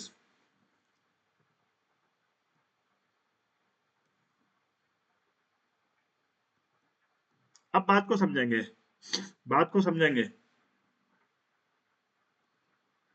अब मिटोसिस क्या है कि सिंपल सी बात याद रखना कि when my cell divides for the purpose of growth, यानी कि जब सेल डिवीजन होगा किस चीज के पर्पस के लिए, for the purpose of growth, that is known as mitosis. उसमें क्या होगा, मिटोसिस होगा। अब मिटोसिस में क्या होगा, जैसे अगर ये मेरा सिंगल सेल है तो this will break into two cells, two independent cell, they will further break into two independent cells. So when cell division happens for the purpose of growth only, that is known as mitosis. अब पहली चीज। दूसरी चीज आपको क्या याद रखनी है कि मैंने कहा ये आप मेरा मदर सेल है, ये डॉटर सेल है, ये एक डॉटर सेल और ये एक डॉटर सेल। अब मैंने आपसे पूछा कि भैया क्या मदर सेल और डॉटर सेल में सेम नंबर ऑफ क्रोमोसोम्स होंगे, आप क्या कहोगे, yes sir, yes sir, they contain same number of chromosomes like the mother cell. अब सर ऐसा क्यों होता है, क्योंकि भैया ये एक इंडिपेंडेंट सेल बन रहा है मेरा, और आगे चल करके इसे इंडिपेंडेंटली परफॉर्म करना है। जब इसे इंडिपेंडेंटली परफॉर्म करना है तो इसमें सेम नंबर ऑफ क्रोमोसोम होने चाहिए, सब कुछ होना चाहिए जो इस सेल के पास था, तभी ये इंडिपेंडेंटली सर्वाइव कर सकता है। तो जब भी मिटोसिस होगा एकदम एग्जैक्ट डुप्लीकेशन होगा सेल का। अच्छा, मियोसिस क्या है sir, when cell division happens for the process of reproduction, for the purpose of reproduction, well cells reproduce. अब रिप्रोडक्शन हुआ, रिप्रोडक्शन में कभी भी क्या होगा, आपने कहा कि सर ये मेल गैमीट है, ये क्या है मेरा मेल गैमीट है, स्पर्म है आपका, आप कह सकते हो। जैसे अगर हम ह्यूमंस के पर्सपेक्टिव में बात करें, इधर लिख लो ऐसे, मैंने आपसे कहा ये स्पर्म है। दूसरा मैंने आपसे कहा भाई पूरा एक कंप्लीट सेल है। दूसरा मैंने आपसे कहा ये ओवम है। अब आपने कहा कि सर जब भी रिप्रोडक्शन होना होता है तो these both cells will fuse, और ये दोनों सेल्स फ्यूज होकर के एक सिंगल क्या बनाएंगे, सेल बनाएंगे। जब ये दोनों सिंगल सेल बना रहे हैं सॉरी, तो इसमें क्या होगा, इसमें भैया half the number of chromosome आएंगे एक मदर सेल से, और हाफ आएंगे इधर से, तब जाकर के इसके कंप्लीट होंगे। तभी कैरेक्टरिस्टिक्स जो आधे आधे डीएनए आएंगे मम्मी पापा के, जब हम दोनों के सिमिलर बनेंगे। तो आपको हमेशा याद रखना है कि इस वाले मियोसिस में क्या होगा, रिप्रोडक्शन हो रहा है, और यहाँ पे क्या है, रिप्रोडक्शन हो रहा है, दो सेल आकर के फ्यूज हो रहे हैं, दोनों सेल आकर के फ्यूज होकर एक नया सेल बना रहे हैं, तो आधे आधे नंबर ऑफ क्रोमोसोम उसमें आएंगे। So in the process of meiosis it contains the half the number of chromosome of mother cell, half number of chromosomes. Please do remember these things. चलिए अब जरा थोड़ा सा देख लेते हैं क्या चीजें लिख रही हैं यहाँ पे। मैंने मेजर मेजर चीज आपको बता दी। Process by which new cells are made is called cell division. Two main type of cell division, mitosis and meiosis. The process of cell division by which most of the cell divide for growth is mitosis. In this process, each cell called mother cell divides to form two identical daughter cells. The daughter cells have the same number of chromosomes as the mother cell. It helps in growth and repair of tissues in organisms. Specific cells of reproductive organs or tissues in animals and plants divide to form gametes. फिर क्या है, gametes बनेंगे, which after fertilization give rise to offspring. जो gametes है, male gamete female gamete, वो fuse होंगे, फिर fertilization होगा, फिर नया offspring बनेगा। They divide by a different process called meiosis, which involves two consecutive divisions. When a cell divides by meiosis, it produces four new cells instead of just two. The new cells only have a half the number of chromosomes than the mother cell. ये मैं already आपको explain कर चुका हूं, यहाँ आप देख भी सकते हो कि ये मेरा मेटोसिस है, इसमें सेम नंबर ऑफ क्रोमोसोम्स होंगे, मियोसिस में half the number of chromosomes होंगे। ये होगा मेरा रिप्रोडक्शन के लिए,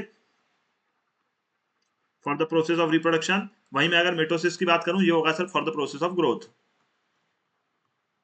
एंड रिपेयर ऑफ टिश्यूज। इसी के साथ बधाई हो आपको, आपका सेल को मैंने बहुत इन डेप्थ कवर कर दिए हैं सारी चीजें। ये पीडीएफ जो भी है, अगर आपको कुछ और नोट्स बनाने हैं, you will get it on the Telegram group. And we are done with the first class of your geography, sorry geography की आदत हो गई बोलने की of the we are done with the first class of the biology. जो लोग Telegram पे नहीं है, do join the Telegram channel. इसकी लिंक आपको मिल जाएगी भैया आपके कमेंट सेक्शन में, मैं पिन कर देता हूँ, वरना आप टाइप भी कर सकते हो सीडीएस अकेडमिया। ठीक है, इसके बाद मिलते हैं कल, और कल हम बात करेंगे नेक्स्ट क्लास में अपने टिश्यूज के बारे में। तो इस क्लास को सब प्लीज रिवाइज करके आएंगे, क्योंकि थोड़ी सी इंटरलिंक्ड रहेंगी चीजें, तो समझ के आएंगे। मिलते हैं बाकी कल, तब तक के लिए बाय एवरीवन, जय हिंद गाइज।